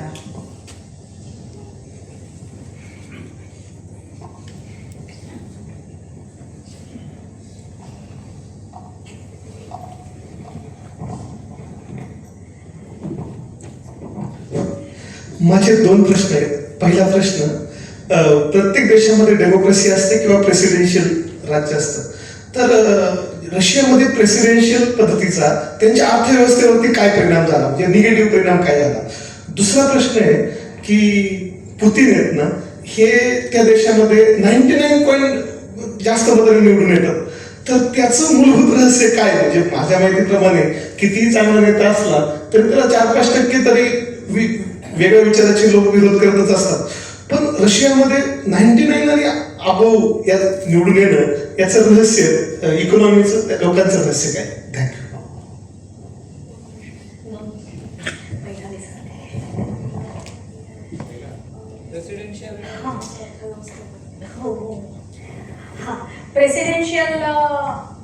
प्रेसिडेन्शियल डेमोक्रेसीचा अर्थव्यवस्थेवर परिणाम. खरं तर रशियामध्ये कम्युनिझम फार मोठ्या काळामध्ये होता, त्याच्या आधी झारची सत्ता होती. कम्युनिझम मोठ्या काळामध्ये असल्यानंतर रशियन नागरिकांना डेमोक्रेसी ही गोष्टच पहिली गोष्ट माहिती. त्यात विघटनानंतर बोरिस येल्सिन अशा व्यक्तीला आणून अमेरिकेने बसवलं होतं की त्यांनी रशियाची पूर्णपणे जी वाताहत केली ती लोकांनी डोळ्यांनी बघितलेली होती. तर आपल्याला आपण विचार करतो की आपलं लहान बाळ आहे आणि प्यायला त्याला दूध नाही, अशी जर अवस्था असेल तर आई वडील म्हणून आपल्याला काय फिलिंग येईल, तसं रशियन पॅरेंट्सना काय वाटलं असेल तेव्हा 91 ते 98च्या काळामध्ये. स्त्रियांना घालायला कपडे नाही, साबण नाही, टूथपेस्ट नाही, आणि त्याच्यामधून जर पुतीन यांनी बाहेर काढलं, कारण ते अनुभवलेली जनता अजूनही आहे रशियामध्ये, आणि त्याच्यामधून पुतीननी बाहेर काढलं. त्यामुळे प्रेसिडेन्शियल डेमोक्रेसीचे प्लस मायनस दोन्ही पॉइंट आहेत. बोरिस येल्सिनना त्याच्यामध्ये इकॉनॉमी रिकव्हर करता आली नाही, पण तीच पुतीन यांनी करून दाखवली. त्याच्यामुळे तो मला असं वाटतं तिथे की पुतीन हे कट्टर देशभक्त आहेत आणि त्यांनी राष्ट्रप्रथम हीच भावना ठेवलेली आहे, त्याच्यामुळे आज रशिया इथपर्यंत पोहोचला. बोरिस येल्सिन हे अमेरिकेचा प्यादा म्हणून बसलेले होते, त्यामुळे त्यांना मला नाही वाटत इतक्या त्यांनी तळमळीने रशियासाठी काही केलं किंवा काही करण्यात आलं. उलट त्यांच्या काळात IMF, वर्ल्ड बँक आणि US ट्रेजरीच्या अधिकाऱ्यांनी पण करप्शन मध्ये पैसे खाल्ले, अशी गोष्ट झाली. आणि पुतीन जास्त मताधिक्याने निवडून काय येतात त्याचं कारण हेच आहे. पुतीन यांची स्वच्छ प्रतिमा आहे. एकतर ते मुद्देर खात्याचे अध्यक्ष होते, त्याच्यानंतर त्यांची स्वच्छ प्रतिमा, मुळात ते नशेचे आहारी नाहीत, ही गोष्ट रशियनांना जास्त आवडली. आणि आजही आपण बघतो पुतीन जेव्हा कुठेही येतात, मोदींना भेटतात किंवा आता शी जिनपिंगला भेटले, कधी अमेरिकन राष्ट्राध्यक्षांना भेटले, पुतीन यांची बॉडी लँग्वेज जर आपल्यापैकी सगळ्यांनी बघितली असेल तर पुतीन आजही KGBचे एजंट वाटावे असेच व्हावे. त्याच्यामध्ये कुठेही पुतीन वाकत नाहीत. त्यामुळे मगाशी जसं मॅडमनी सांगितलं ते अस्वलाचं त्यांनी स्वतःच्या गर्व वाटावा असं त्यांनी करून घेतलं. ते अमेरिकेने तेव्हा केलेले हल्ले होते ते आज असा करून ठेवला रशिया की अमेरिकेला त्यांच्यासमोर लढून घ्यावे लागेल. एक प्रश्न झाला आहे की रशिया नेहमीच भारताच्या पाठी उभा राहिलेला आहे, पण 1994-95 साली आपल्या शास्त्रज्ञांना क्रायोजेनिक इंजिन पाहिजे होतं. जवळजवळ जगभर आपण जी भीक मागत होतो, कोणी देत नव्हतं आपल्याला, तेव्हा रशियाने आपल्याला ते दिलं, पण भारताला दिलं, आपल्याला बसवलंच त्याने. तरीही आपल्या शास्त्रज्ञांनी त्या बंगाल इंजिनातून उत्तम क्रायोजेनिक इंजिन करून आपलं काम पुरं केलं होतं. म्हणजे आपल्याही रशिया काही 100% आपल्या पाठीशी आहे त्याचा भाव नाही. ताशकंदचं तर आपलं मोठं उदाहरण आहे. तर त्यांनी सांगितलं होतं की असं गुदगुल्या करून मारतं, तर तशा प्रकारचं रशियाला आहे. अगदी, पण आपण जेव्हा 94ला क्रायोजेनिक इंजिनचा विषय करतो ना, तेव्हा 91 ते 98 पूर्ण अमेरिकेच्या एजंट्सचा तिकडे सुळसुळाट होता. त्यामुळे तो रशियन राष्ट्राध्यक्षांचाच निर्णय असेल असं आपण सांगू शकत नाही. सगळे अमेरिकन एजंटच होते. अगदी गोर्बाचेवच्या काळापासून ते 98ला इकॉनॉमी कोलॅप्स होऊन पुतीन राष्ट्राध्यक्ष होईपर्यंत. मला इथे ना मी विसरले एक गोष्ट सांगायची रशियाबद्दल, जी फक्त रशियाशी निगडीत आहे. Orthodox Christianity. कम्युनिस्टांचं वैशिष्ट्य असं आहे की ते तुम्हाला धर्मापासून दूर घेऊन जातात. कम्युनिस्टांच्या आधी 80,000 चर्च होती सोव्हिएत युनियनमध्ये, ती 1991 पर्यंत 7,000 इतकी कमी झाली. आणि पुतीन राष्ट्राध्यक्ष झाल्यानंतर त्यांनी पुन्हा ऑर्थोडॉक्स ख्रिश्चनिटीवरती त्यांचा असलेला विश्वास दाखवायला सुरुवात केली. पुन्हा ती जुनी चर्च जिकडे दुसरं काहीतरी दुसऱ्या कमर्शियल बिल्डिंग्स किंवा हॉटेल्स वगैरे होती, ती पुन्हा चर्चमध्ये कन्वर्ट झाली. आणि आज रशियामध्ये 38,000 ऑर्थोडॉक्स चर्च आहेत. Putin is unapologetic Orthodox Christian. ते त्या ऑर्थोडॉक्स ख्रिश्चनच्या ज्या चालीरीती परंपरा असतील त्या सगळ्या पाळतात. आणि वैशिष्ट्य म्हणजे तरुण पिढीसमोर ते यावं यासाठी प्रयत्न करतात. त्यामुळे मॅक्झिमम रशियन रिलिजियस बिलीफ ठेवणारे आहेत. आणि हे सगळ्यात मोठं मला वाटते पुतीन यांची जमेची बाजू आहे की धर्म, परंपरा, संस्कृती याच्या बाजूने त्यांनी पुन्हा रशियनांना आणून ठेवलेले आहे. तसे रशियन कट्टर देशभक्तच आहेत. अमेरिकन कंपन्यांसमोर ते कधीही झुकलेले नाही आहेत कुठल्याही निगोशिएशनसाठी. आणि त्यांचं म्हणणं असं असायचं की अमेरिकन नाही दिलं तरी चालेल, आम्ही करू. आणि तसं त्यांनी ऑइल इंडस्ट्री पण डेव्हलप केलेली आहे. पण हे पण धार्मिक आणि सांस्कृतिक त्यांचं वैशिष्ट्य आहे ते त्यांनी जपून ठेवलंय. आणि हे मला वाटते खास करून हे दिसून येतं वर्ल्ड लीडर्समध्ये. अनअपोलॉजेटिक त्यांचं स्वतःचं हे मानणं, धर्म मानणं आणि जाहीररित्या ते दाखवून देणं लोकांना, हे एक वैशिष्ट्य आहे. कारण बाकी सगळीकडे व्हॅटिकनचं वर्चस्व आहे आणि व्हॅटिकनच्या पैशाच्या मार्फत बऱ्याच NGO चालतात हेही जगाला माहिती आहे. ऑर्थोडॉक्स जरी केले नसले तरी याच पुतीन यांनी इराण सारख्या, त्यानंतर सिरिया, त्यानंतर अनेक दहशतवादी अशा देशांना उघड पाठिंबा दिलेला आहे, सशस्त्र मदत केलेली आहे. आणि युक्रेन सारख्या गेले 3-4 वर्ष चालू असलेल्या युद्धामध्ये जवळजवळ 1.5 ते 2 लाख रशियन सैनिक आणि तितकेच पुन्हा युक्रेनमध्ये एवढे हत्या झालेले आहे. तर याचं समर्थन असं आपण कसं काय करू शकतो? जरी त्या ऑर्थोडॉक्स त्यांच्या देशात असले तरी इस्लामिक आपण देशासाठी त्यांचं रिलिजियस बिलीफ आहे. जेव्हा आंतरराष्ट्रीय अर्थकारण येतं, आंतरराष्ट्रीय राजकारण येतं, तेव्हा त्यांची पॅगी काहीतरी वेगळी असतात. त्या हिशोबामध्ये कोण कोणाला शह देतो. इराणच्या मार्फत अमेरिकेला शह दिला जातो. युक्रेनवरचा हल्ला जो आहे तो अमेरिका आणि युरोपियन युनियनला शह द्यायचा होता. त्याच्यामुळे तिकडेही तसं खेळावं लागतं, जसा शतरंजी खिलाडी आपण म्हणतो तशा प्रकारे त्या मुवमेंट कराव्या लागतात. नाहीतर मग जर इतका आपण म्हणतो आपण धार्मिक आहोत म्हणून आपण दुसऱ्यांना सोडून दिलं तर मग ते कठीण होऊन जाईल ना. हो नाही, ते आंतरराष्ट्रीय राजकारणाच्या हिशोबामध्ये अमेरिकेला शह देण्यासाठी आजही जरी इराण टिकून आहे त्याचं कारण असंच म्हटलं जातं ना की चीन आणि रशिया बॅकडोरने सपोर्ट करतायत म्हणून. पण असं म्हटलं तर इराण हे दहशतवादी राष्ट्र असं म्हणायला पाहिजे. सतत दहशतवाद्यांना प्रोत्साहन दिलेले अनेक, म्हणजे हिजबुल्ला असेल किंवा इथे येमेनमध्ये जे हुती आहेत त्यामध्ये पण त्यांनी म्हणजे दहशतवादी कृत्यांना सतत पाठिंबा दिलेला आहे आणि त्यांना रशिया मदत करते. म्हणजे हे त्याच्यामध्ये कसं विसंगती दिसत नाही. विसंगती आहे. आपण प्रत्येक राष्ट्राध्यक्ष बघायला गेला ना तर विसंगती आहे. पण इराणचा विषय थोडासा वेगळा आहे. इराणला जर अमेरिकेने जर खोमेनी आणून त्या खोमेनीला बसवलं, अमेरिकेला वाटलं खोमेनी त्यांचंच पॅदल आहे, पण खोमेनीने काय अमेरिकेचं ऐकलं नाही. पूर्ण धार्मिक कट्टरता त्यांनी सुरू केली आणि मग इस्रायलला जे काही धमक्या द्यायला सुरू केल्या. त्याच्यामुळे पश्चिम आशियातलं पूर्ण वातावरण हे त्या खोमेनीमुळे बदललेलं आहे. त्याच्यामुळे आता त्या इराणमध्ये आलेली शस्त्रास्त्र त्या बाकीच्या दहशतवादी संघटनांना मिळतात ही गोष्ट खरी आहे. ती खरं तर मिळायला नाही पाहिजे, अगदी बरोबर आहे. पण ते इराणला दिलेलं असतं ऑफिशियल स्टेटला. ती पुढे जाऊन कुठे जातात हे कोणाच्या ह्याच्यामध्ये नसतं. एक उल्लेख राहिला, सँक्शन्स लागल्यानंतर शॅडो फ्लीटने रशिया तेलाचा व्यापार करतं.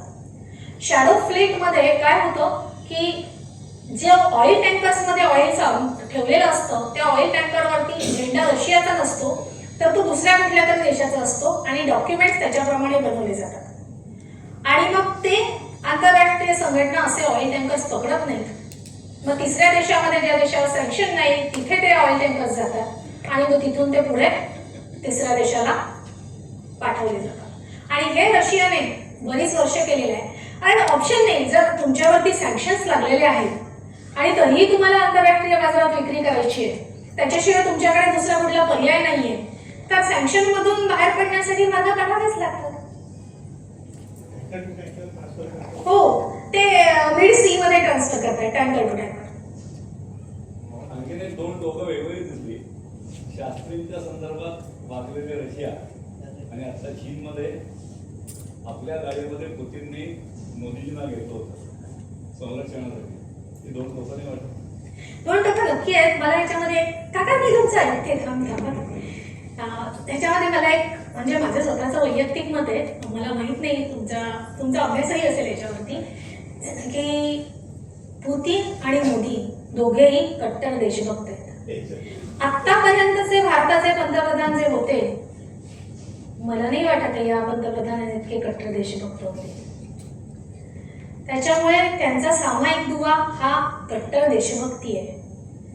त्यांना प्रत्येक वेळेला राष्ट्रप्रथम हीच भूमिका आहे. त्याच्यामुळे कदाचित पुतीन आणि मोदी यांचं नातं फार वेगळं आहे. चीनमध्ये परत हो.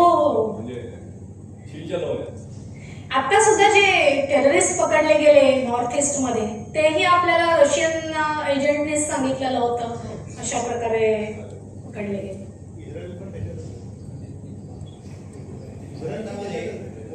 असल्यामुळे ड्रास्टिक डिसिजन घेणं आणि ती इम्प्लिमेंट करणं शक्य आहे का? काय म्हणत? भारतामध्ये लोकशाही असल्यामुळे ड्रास्टिक डिसिजन घेणं आणि ती इम्प्लिमेंट करणं शक्य आहे का? हा खूप मोठा प्रॉब्लेम आहे. कारण भारतामध्ये नुसत्या एनजीओ, त्याच्यानंतर सुप्रीम कोर्ट, त्याच्यानंतर वेगवेगळ्या वकिलांची फौज, त्याच्यानंतर अजून कुठल्या संघटना आणि वरती अमेरिका शहाणपणा शिकवणार, ह्या सगळ्या गोष्टींना हे करून तोंड देऊन म्हटलं हे करायचं, कोणत्याही वेगळ्या गोष्टी करायच्या म्हटल्यानंतर ते पंतप्रधानांसाठी अवघड आहे. म्हणजे साधा थोडासा विषय बदल होईल. बंगालची निवडणूक म्हटल्यानंतर पॅरामिलिटरी फोर्सेस आणि तिकडे सीआरपीएफच्या एवढ्या तुकड्या लागल्याशिवाय प्रॉपर निवडणूक होऊच शकली नाही ना. त्याच्यासाठी सुप्रीम कोर्टात पण हे लोक 10 वेळा गेला. सुप्रीम कोर्टाने पण सरकारच्या बाजूने निर्णय दिला, म्हणून बंगालमध्ये परिस्थिती बदलली. म्हणजे आपल्याकडे सुप्रीम कोर्टापासून सगळ्या गोष्टी, पोलिसांपर्यंत सगळ्या गोष्टी बघाव्या लागतात. हा, विचारा. ट्रम्प आहे तो जरा इडियट टाईप आहे, पुतीन जरा रेव्हेंजफुल आहे. आता बोथ आर राजकारण, आपण कोणाच्या कुठल्या राजकारणाला बॅकअप करायचं? पॉलिटिक्स मध्ये कोणी आपला शत्रू नव्हतो, मित्र नव्हतो. आता बाळासाहेब ठाकरे म्हणे आपण कोणाला सपोर्ट करायचा? आपण स्वतःला नाही, आपण प्रत्येक निर्णय हा देशहितासाठी म्हणून घेतोय. मोदींना आम्ही म्हणू शकत नाही, त्यांच्याबद्दल हे आहे. पण पुतीनच रिलीजियस असतो, तो पण आता रेव्हेंजफुल पर्सन आहे. हो, अगदी अगदी. पुतीन नुसते चेहरा बघितला तरी हो, ते केजीबीचे एजंट होते, त्यामुळे आपण ते नाकारू शकत नाही ना, किती नाही म्हटलं तरी. तुम्ही त्यांच्याबद्दल चांगलं सांगितलं, बहुत राजकारण. हो, मला रशियाची इकॉनॉमी सांगायची आहे. आपल्याला तुम्ही सांगायचं कोणाची आपल्याला पंजा कोण मारतं ते बघायचं, आपल्याला नख कोण मारतं ते बघायचं. त्यानुसार after Putin who will be there decided. म्हणजे लक्षात आलं ना, आपल्या इथे कसं पार्लिमेंट इलेक्शन आहे, सेकंड टर्म होत असं एक आहे प्रश्न. Second is there economy is mainly dependent on oil and gas. So आता काय होतं की आता आपलं ईव्ही आणि हे इलेक्ट्रिकवर ह्याच्यावर एव्हरीथिंग इज म्हणजे आपण चेंज करत जातोय. सो ऑइल आजच्या डेटला इम्पॉर्टंट असेल may be after 5 years or 10 years. I am just guessing it may not be that important. So has Russia thought on it की आपल्याला दुसरं काहीतरी, हो, दे आर ऑल लर्नेड, पण एक जस्ट आम्हाला माहितीसाठी जातं. क्रिटिकल मिनरल्स पण रशियाकडे खूप आहेत आणि येणारा पुढचा काळ क्रिटिकल मिनरल्सचा आहे. आणि हा ॲग्रिकल्चरमध्ये रशिया संपन्न होता, पण त्या मधल्या काळामध्ये तो त्रास झाला त्यांना, त्याच्यामुळे ते ॲग्रिकल्चर प्रोडक्ट्समध्ये मागे पडले. ॲग्रिकल्चरमध्ये ते तसे संपन्न आहेत, पण ते क्रिटिकल मिनरल्सही त्यांच्याकडे भरपूर आहेत, त्याच्यामुळे त्यांना तो प्रॉब्लेम येणार नाही. हे संपल्यानंतर ते आहे. म्हणजे तसं बघायला गेलं तर नॅचरल रिसोर्सेसच्या बाबतीत रशियाने देवाला भरपूर संपन्न केलेलं आहे, संपन्न ठेवलेलं आहे, त्याच्यामुळे त्यांच्याकडे तो प्रश्न येणार नाही. आणि पुतीन यांचं सक्सेसर, त्याचं माझ्याकडे नाव आहे, जस्ट अ मिनिट मी तुम्हाला सांगते. कारण मी पण क्युरियोसिटीने हा विचार कालच केला की एवढं सगळं जर एखाद्या व्यक्तीने करून ठेवलं आहे तर नक्कीच ते कोणाच्या तरी चांगल्या व्यक्तीच्या हातात जावं अशी त्यांची इच्छा असेल. आपण नेहमी पुतीनच ऐकतो, दुसरं पुढचं नावच ऐकत नाही. हो, कारण गेली 25 वर्ष पुतीनच आहे. दुसऱ्यांची नावं ऐकवायलाच देत नाही, कारण ही कम्युनिस्ट. कम्युनिस्टांनी ते एककेंद्री केलं होतं, एककेंद्री केलं आणि त्या एककेंद्री गार्बाचेव होते, ब्रेझनेव होते, त्याच्यानंतर तुम्ही मगाशी सांगितलं की येल्सिन पण होते. तर इतरांची कोणाची नावच पुढे येऊ देत नाही. आणि कम्युनिस्टांचं आहे, ज्याप्रमाणे शी जिनपिंगच्या मध्ये पण तसंच आहे. अगदी अगदी कम्युनिस्ट कंट्रीमध्ये फिडेल कॅस्ट्रोचं पण तसंच होतं. हो, त्या कम्युनिस्टांचं वैशिष्ट्य एकच माणूस, एकच असतं. दुसरं कोणाचं नावच घेत नाही. पुतीन यांचं सक्सेसर दिमित्री पत्रुशेव, एज 48 नाव, रशियाचे सिक्युरिटी काउन्सिलचे अध्यक्ष आहेत. आणि ते असं पुतीन यांच्यासारखीच पर्सनॅलिटी, असं म्हणजे पर्सनॅलिटी म्हणण्यापेक्षा पुतीन यांच्यासारखीच विचारसरणी आहे असं म्हटलं जातं. अमित शाह. माझा एक प्रश्न आहे, रशियाने एवढं हे केलं, सगळ्यांना मदत वगैरे करते किंवा टेररिस्टला पण त्यांनी मदत केलेली आहे.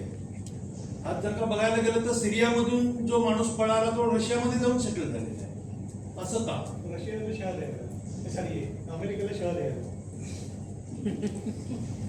नाही, असं नाही आहे ते, त्याच्या मागे काही वेगळी कारणं असतील त्यांची. बॉर्डरचे इश्यू आहेत, जे वेगवेगळे इश्यू रशियामध्ये पण आहेत, नाही असं नाही. सिरियामधून डायरेक्ट तो रशियामध्ये पळालेला आहे. ओके, नाही याच्याबद्दल मला काही माहिती नाही, कारण मी इकॉनॉमीचा अभ्यास केलाय, पण हे मला ह्या घटना मला माहिती नाही. रशियन वेपन्स पण तिथे दिली जाते, त्याच्याशिवाय सिरियामध्ये रशियामुळे मिलिटरी सुपर पॉवर आहेच, त्याच्यामुळे रशियाकडे वेपन्स आणि बाकी सगळ्या गोष्टी भरपूर आहेत. एक भारताने केलेली ज्या काही मेजर घेतली एनजीओच्या बाबतीत, आणि रशिया केलं. पुतीन यांनी जे रशियाच्या एनजीओच्या बाबतीत जी ऍक्शन घेतली आणि भारताने जी घेतली याच्यामध्ये काय साम्य आहे? भारताने अजून एनजीओच्या बाबतीत तशी ऍक्शन घेतलेली नाहीये, फक्त फॉरेन फंडिंग बंद करण्यासाठी. रशियामध्ये पूर्णपणे एनजीओ बंद आहेत. एनजीओचा कुठल्याही म्हणजे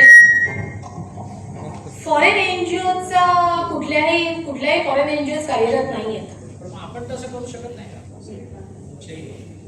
नाही, आपल्याकडे संसदीय लोकशाही आहे. मला वाटतं याच्या स्पीकर समोरून थोडं लांब जा. याचं उत्तर कदाचित आपले अध्यक्ष देऊ शकतील की असं का होत नाही एनजीओ बद्दल.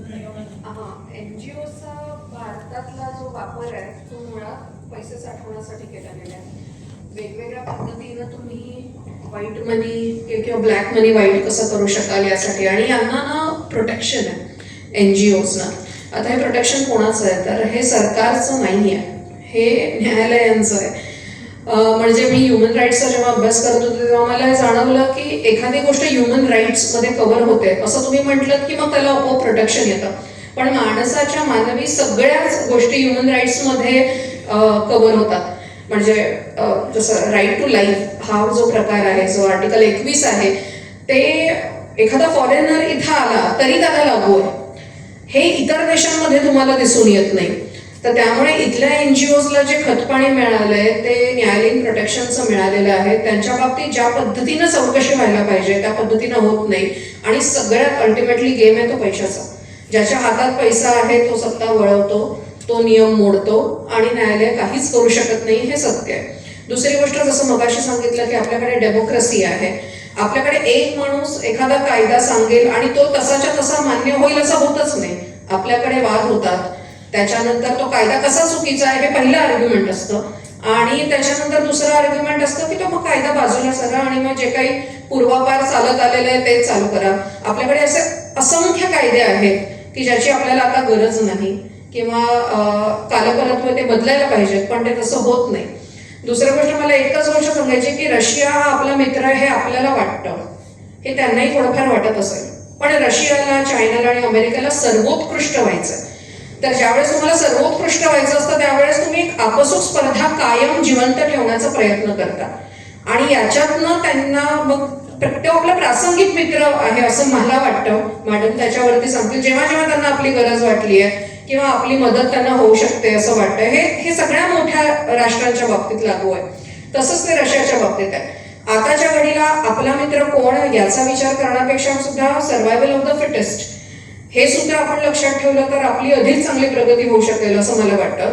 इतर देश आपल्या मदतीला कोण येत आहे याच्यापेक्षा आपण स्वयंभू कसे असू याच्यावरती जोर दिला पाहिजे. आणि म्हणूनच जेव्हा मोदी जेव्हा म्हणतात तेव्हा ते म्हणतात की सगळ्यात जास्त लोकसंख्या असणारा, विजन 2020चं स्वप्न बघणारा देश वगैरे वगैरे असं ते सारखं आपल्याला ऐकवत असतात. कारण त्यांना माहिती आहे की भारत इतर देशांवर अवलंबून जेव्हा जेव्हा राहील तेव्हा आताची जी घडी बघता ही गोष्ट आपल्यासाठी फारशी सोयीस्कर नाही आहे. तुम्हाला स्वयंभू होणं, तुमचं स्वतःकडे अधिक लक्ष असणं, तुमचे मित्र असोत किंवा नसोत, कारण परिस्थिती अशी आहे की कोण तुमच्या बाजूला पाठ फिरवेल हे तुम्ही सांगू शकत नाही. मगाशी जो मुद्दा त्यांनी सांगितला होता की NGOsचं प्रोटेक्शन आहे ते खूप जास्त आहे आणि याच्यासाठी जसं म्हणतात ना की सज्जन शक्तीला आपण आव्हान देतो, ती जिवंत ठेवण्याचा प्रयत्न करतो, तसे काही विघातक घटक सुद्धा असतात जे या सज्जन शक्तीच्या विरुद्ध काम करत असतात. आपल्याला असं वाटतं आपणच चांगले गुण आपल्या मुलांना देतो, तसं नाही आहे. तर हे विघातक विचार सुद्धा लोकांमध्ये सोयीस्करित्या प्रस्तुत केले जातात, त्याचं ट्रेनिंग असतं. मी एकच मिनिटात ते कारण सांगायला की महाविद्यालयीन काळात आम्ही जेव्हा स्पर्धांमध्ये भाग घ्यायचो त्यावेळेस साधारण 11वी-12वीच्या वयातच तुम्ही डावे असणार आहात की उजवे असणार आहात हे ठरवलं जायचं. तुमची वैचारिक बैठक तिथंच स्थिर व्हायची. आणि आज जेव्हा मी माझ्या त्या मित्रांना बघते ज्यांच्याबरोबर मी कम्पीट केलेलं आहे ते बऱ्याचशा अंशानं डाव्या विचारसरणीचे आहेत. ते JNU मध्ये होते, त्यांना भारत तेरे तुकडे होंगे इंशाअल्लाह इंशाअल्लाह म्हणताना किंवा त्या ऐकताना वाईट वाटत नाही. याचं कारण असं आहे की ती बरीचशी मंडळी सधन कुटुंबातनं आलेली आहे, त्यांना त्या पद्धतीचं ट्रेनिंग आहे आणि हे ट्रेनिंग फक्त वरचेवर नाही आहे तर ते त्यांच्या महाविद्यालयात आहे, महाविद्यालयीन जीवनात आहे. विषय 4-5 असतात पण एक विशिष्टच विषय, एक विशिष्टच वर्ग निवडतो आणि त्याच्यावरतीच त्यांचे विचार मांडत राहतो, इतर मुलांना त्याच्या बाबतीत इन्स्पायर करत जातो. हे सगळं ट्रेनिंगचा भाग आहे.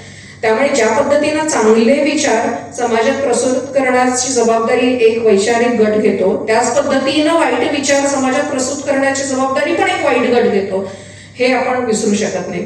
त्यामुळे NGOs म्हणजे फक्त पैशाचा गेम असेल किंवा त्याला मिळालेलं कायदेशीर प्रोटेक्शन असेल, पण याच्याही पलीकडे ही अशा पद्धतीच्या NGOsची संख्या कालापरत्वे वाढत राहील याच्यासाठी सुद्धा प्रयत्न केले जातात आणि त्याची ते शाळा किंवा कॉलेजेसमधनं तसे विचार प्रस्तुत केले जातात असं मला वाटतं. धन्यवाद. मॅडम, शास्त्रीजींना मारण्यात केजरीचा हात होता हे तर सगळ्यांना माहिती आहे. तर पण तेव्हा भारताने त्या शास्त्रीजींच्या कुटुंबाला काही सपोर्ट केला ना, तर याच्याबद्दल तुमचं काय? नंतर केला मोदींनी शोधून काढले ना. पण किती काळ गेला त्याच्यानंतर? नाही, ते सरकारवरती आणि त्या एकूण शीर्षस्थ नेतृत्वावरती खूप गोष्टी अवलंबून असतात खरं तर. त्याच्यामुळे आपण त्याच्याबद्दल काही बोलू शकत नाही. आपल्याला वाटतं करायला हवं होतं, पण तसं नाही केलं तर आपण काही नाही करू शकत.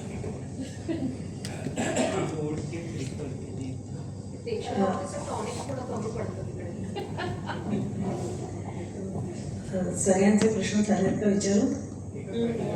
अमेरिकेने सँक्शन टाकलं, तर भारतावर आता सांगतात की आता रशियाकडून घेणं बंद करा. भारत पूर्ण बंद करेल का रशियाकडून? नाही करणार, कधीच नाही करणार. वाढलेलं आहे आता. वाढलेलं आहे.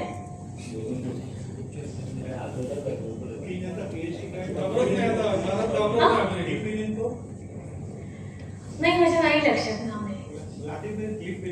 अच्छा, त्यांचे गाईड होते ना. त्यांचा अभ्यास रशियाचा जॉग्राफी आणि मायनिंग मध्ये जबरदस्त.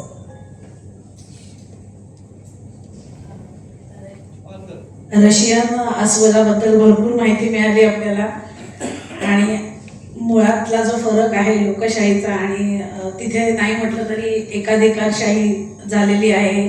जग आता गेली 25 वर्ष बघतोच आहे, आणि आपल्याकडे इथे न्यायव्यवस्थेलाही खूप महत्त्व आहे. नुसता एक जज, नुसतं कॉक्रोच असं म्हटल्यावर अख्ख्या जगातून लाखो करोडो फॉलोअर्स तयार होऊन कॉक्रोच जनता पार्टी सुद्धा बनू शकते. तिथे पुतीनसारखी हुकुमशाही येणं आणि NGOs बंद होऊन अचानक ओव्हरनाईट क्रांती होणं किंवा सज्जन शक्तीचा विकास होणं जरा कठीण दिसतंय. पण आता हे रशियन अस्वल आता सध्याच्या युद्धाच्या परिस्थितीत खरंच कोणालाच कळणार नाहीये की आपल्याला नक्की गुदगुल्या करून मारणारे, आपल्या तालावर नाचणारे की आपल्याला नाचणारे. येणारा काळच बहुतेक आता हे सगळं ठरवेल. आज आपल्याला दोन्ही मान्यवर अतिशय प्रभावी बोलणाऱ्या आणि अभ्यासू लाभल्या, त्याच्याबद्दल त्यांचे मनापासून आभार मानून आपण सांगायला पाहिजे. आजचा अधिक महिन्यातला कार्यक्रम अधिकच छान झालाय. असेच उत्तम कार्यक्रम मंचातर्फे सादर होत राहतील. आपल्या आजच्यासाठी खरं आपण विजय चौथाईवाले जे पंतप्रधान नरेंद्र मोदींचे सल्लागार आहेत, त्यांचा आज कार्यक्रम ठेवला होता आपण. त्यासाठी आजची तारीख फिक्स केली होती. पण मोदीजींनी जे सांगितलं की प्रवास टाळा आणि इंधन बचत करा आणि सगळं त्यानुसार त्यांचे सगळे दौरे कॅन्सल झाल्यामुळे आपण मोठी गॅप झाली 2 कार्यक्रमांमध्ये. पण गौरीताई आज आल्या आणि छान अध्यक्षही आज आपल्याला लाभल्या, योगिताताई. दोघींचे त्याच्यासाठी विशेष आभार. आणि पुढचे आपले जून, जुलै, ऑगस्टचे टेंटेटिव्ह कार्यक्रम असे आहेत की नरेंद्र जोशींचं एक व्याख्यान असेल, एक संगीता नवरेंचं असेल आणि दीपक करंजीकरांना आपण परत विनंती करतोय की आपल्या मंचावर या.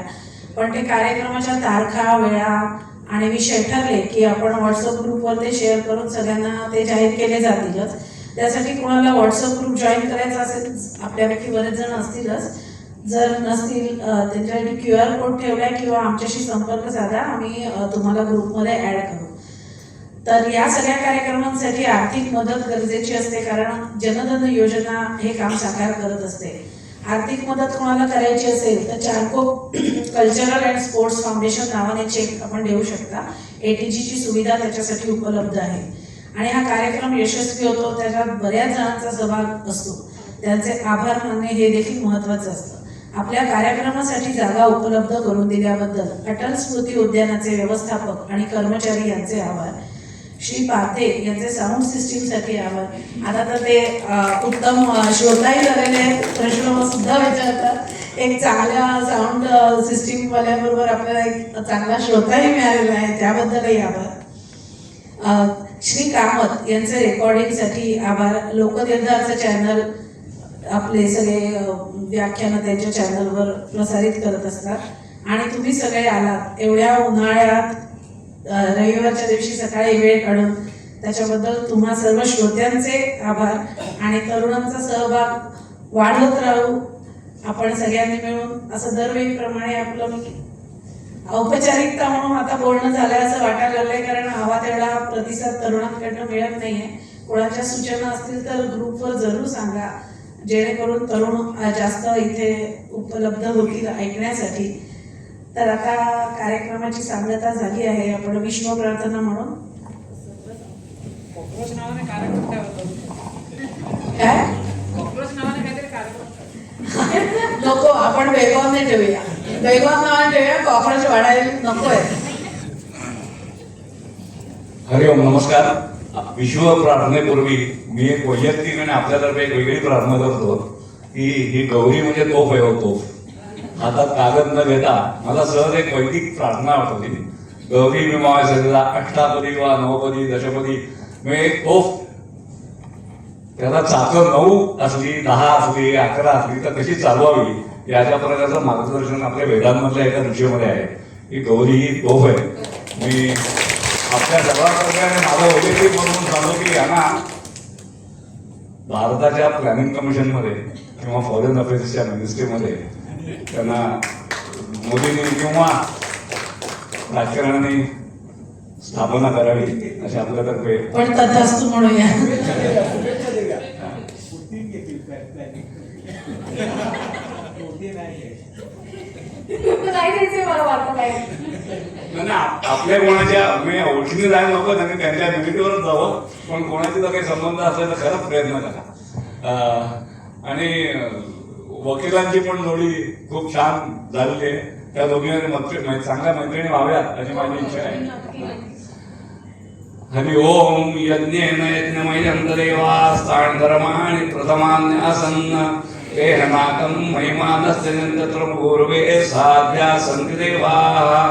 ओम राजाधिराजाय प्रसंयसायिने नमो वयं वै श्रवणाय कुर्मे समे कामान् कामकामाय मह्यं कामेश्वरो वै श्रवणो ददातु. कुबेराय वै श्रवणाय महाराजाय नमः. ओम स्वस्ति साम्राज्यं भोज्यं स्वराज्यं वैराज्यं परमेष्ठं राज्यं महाराज्यमाधिपत्यमयं समन्तपर्यायी स्यात्. सार्वभौम सार्वाविषयान्तादापरार्धात् पृथिव्ये समुद्रपर्यन्ताय एकराळिति तदप्येष श्लोको विदितो मरुतपरिवेष्टादो मरुतस्यावसन्गृहे आविक्षितस्य कामप्रे विश्वे देवाः सभासदेति. विश्वतश्चक्षुरुत विश्वतोमुखो विश्वतो हस्तौत विश्वतस्पाद. संबाहुभ्यां नमति सम्पदत्रये द्यावा पृथिवीं जनयन् तदेव यैतः. यो वै तां ब्रह्मणोपेताममृतेनामृतां पुरीं तस्मै ब्रह्म च ब्रह्मा च आयुः कीर्तिं प्रजां ददुः. भारत माता की जय.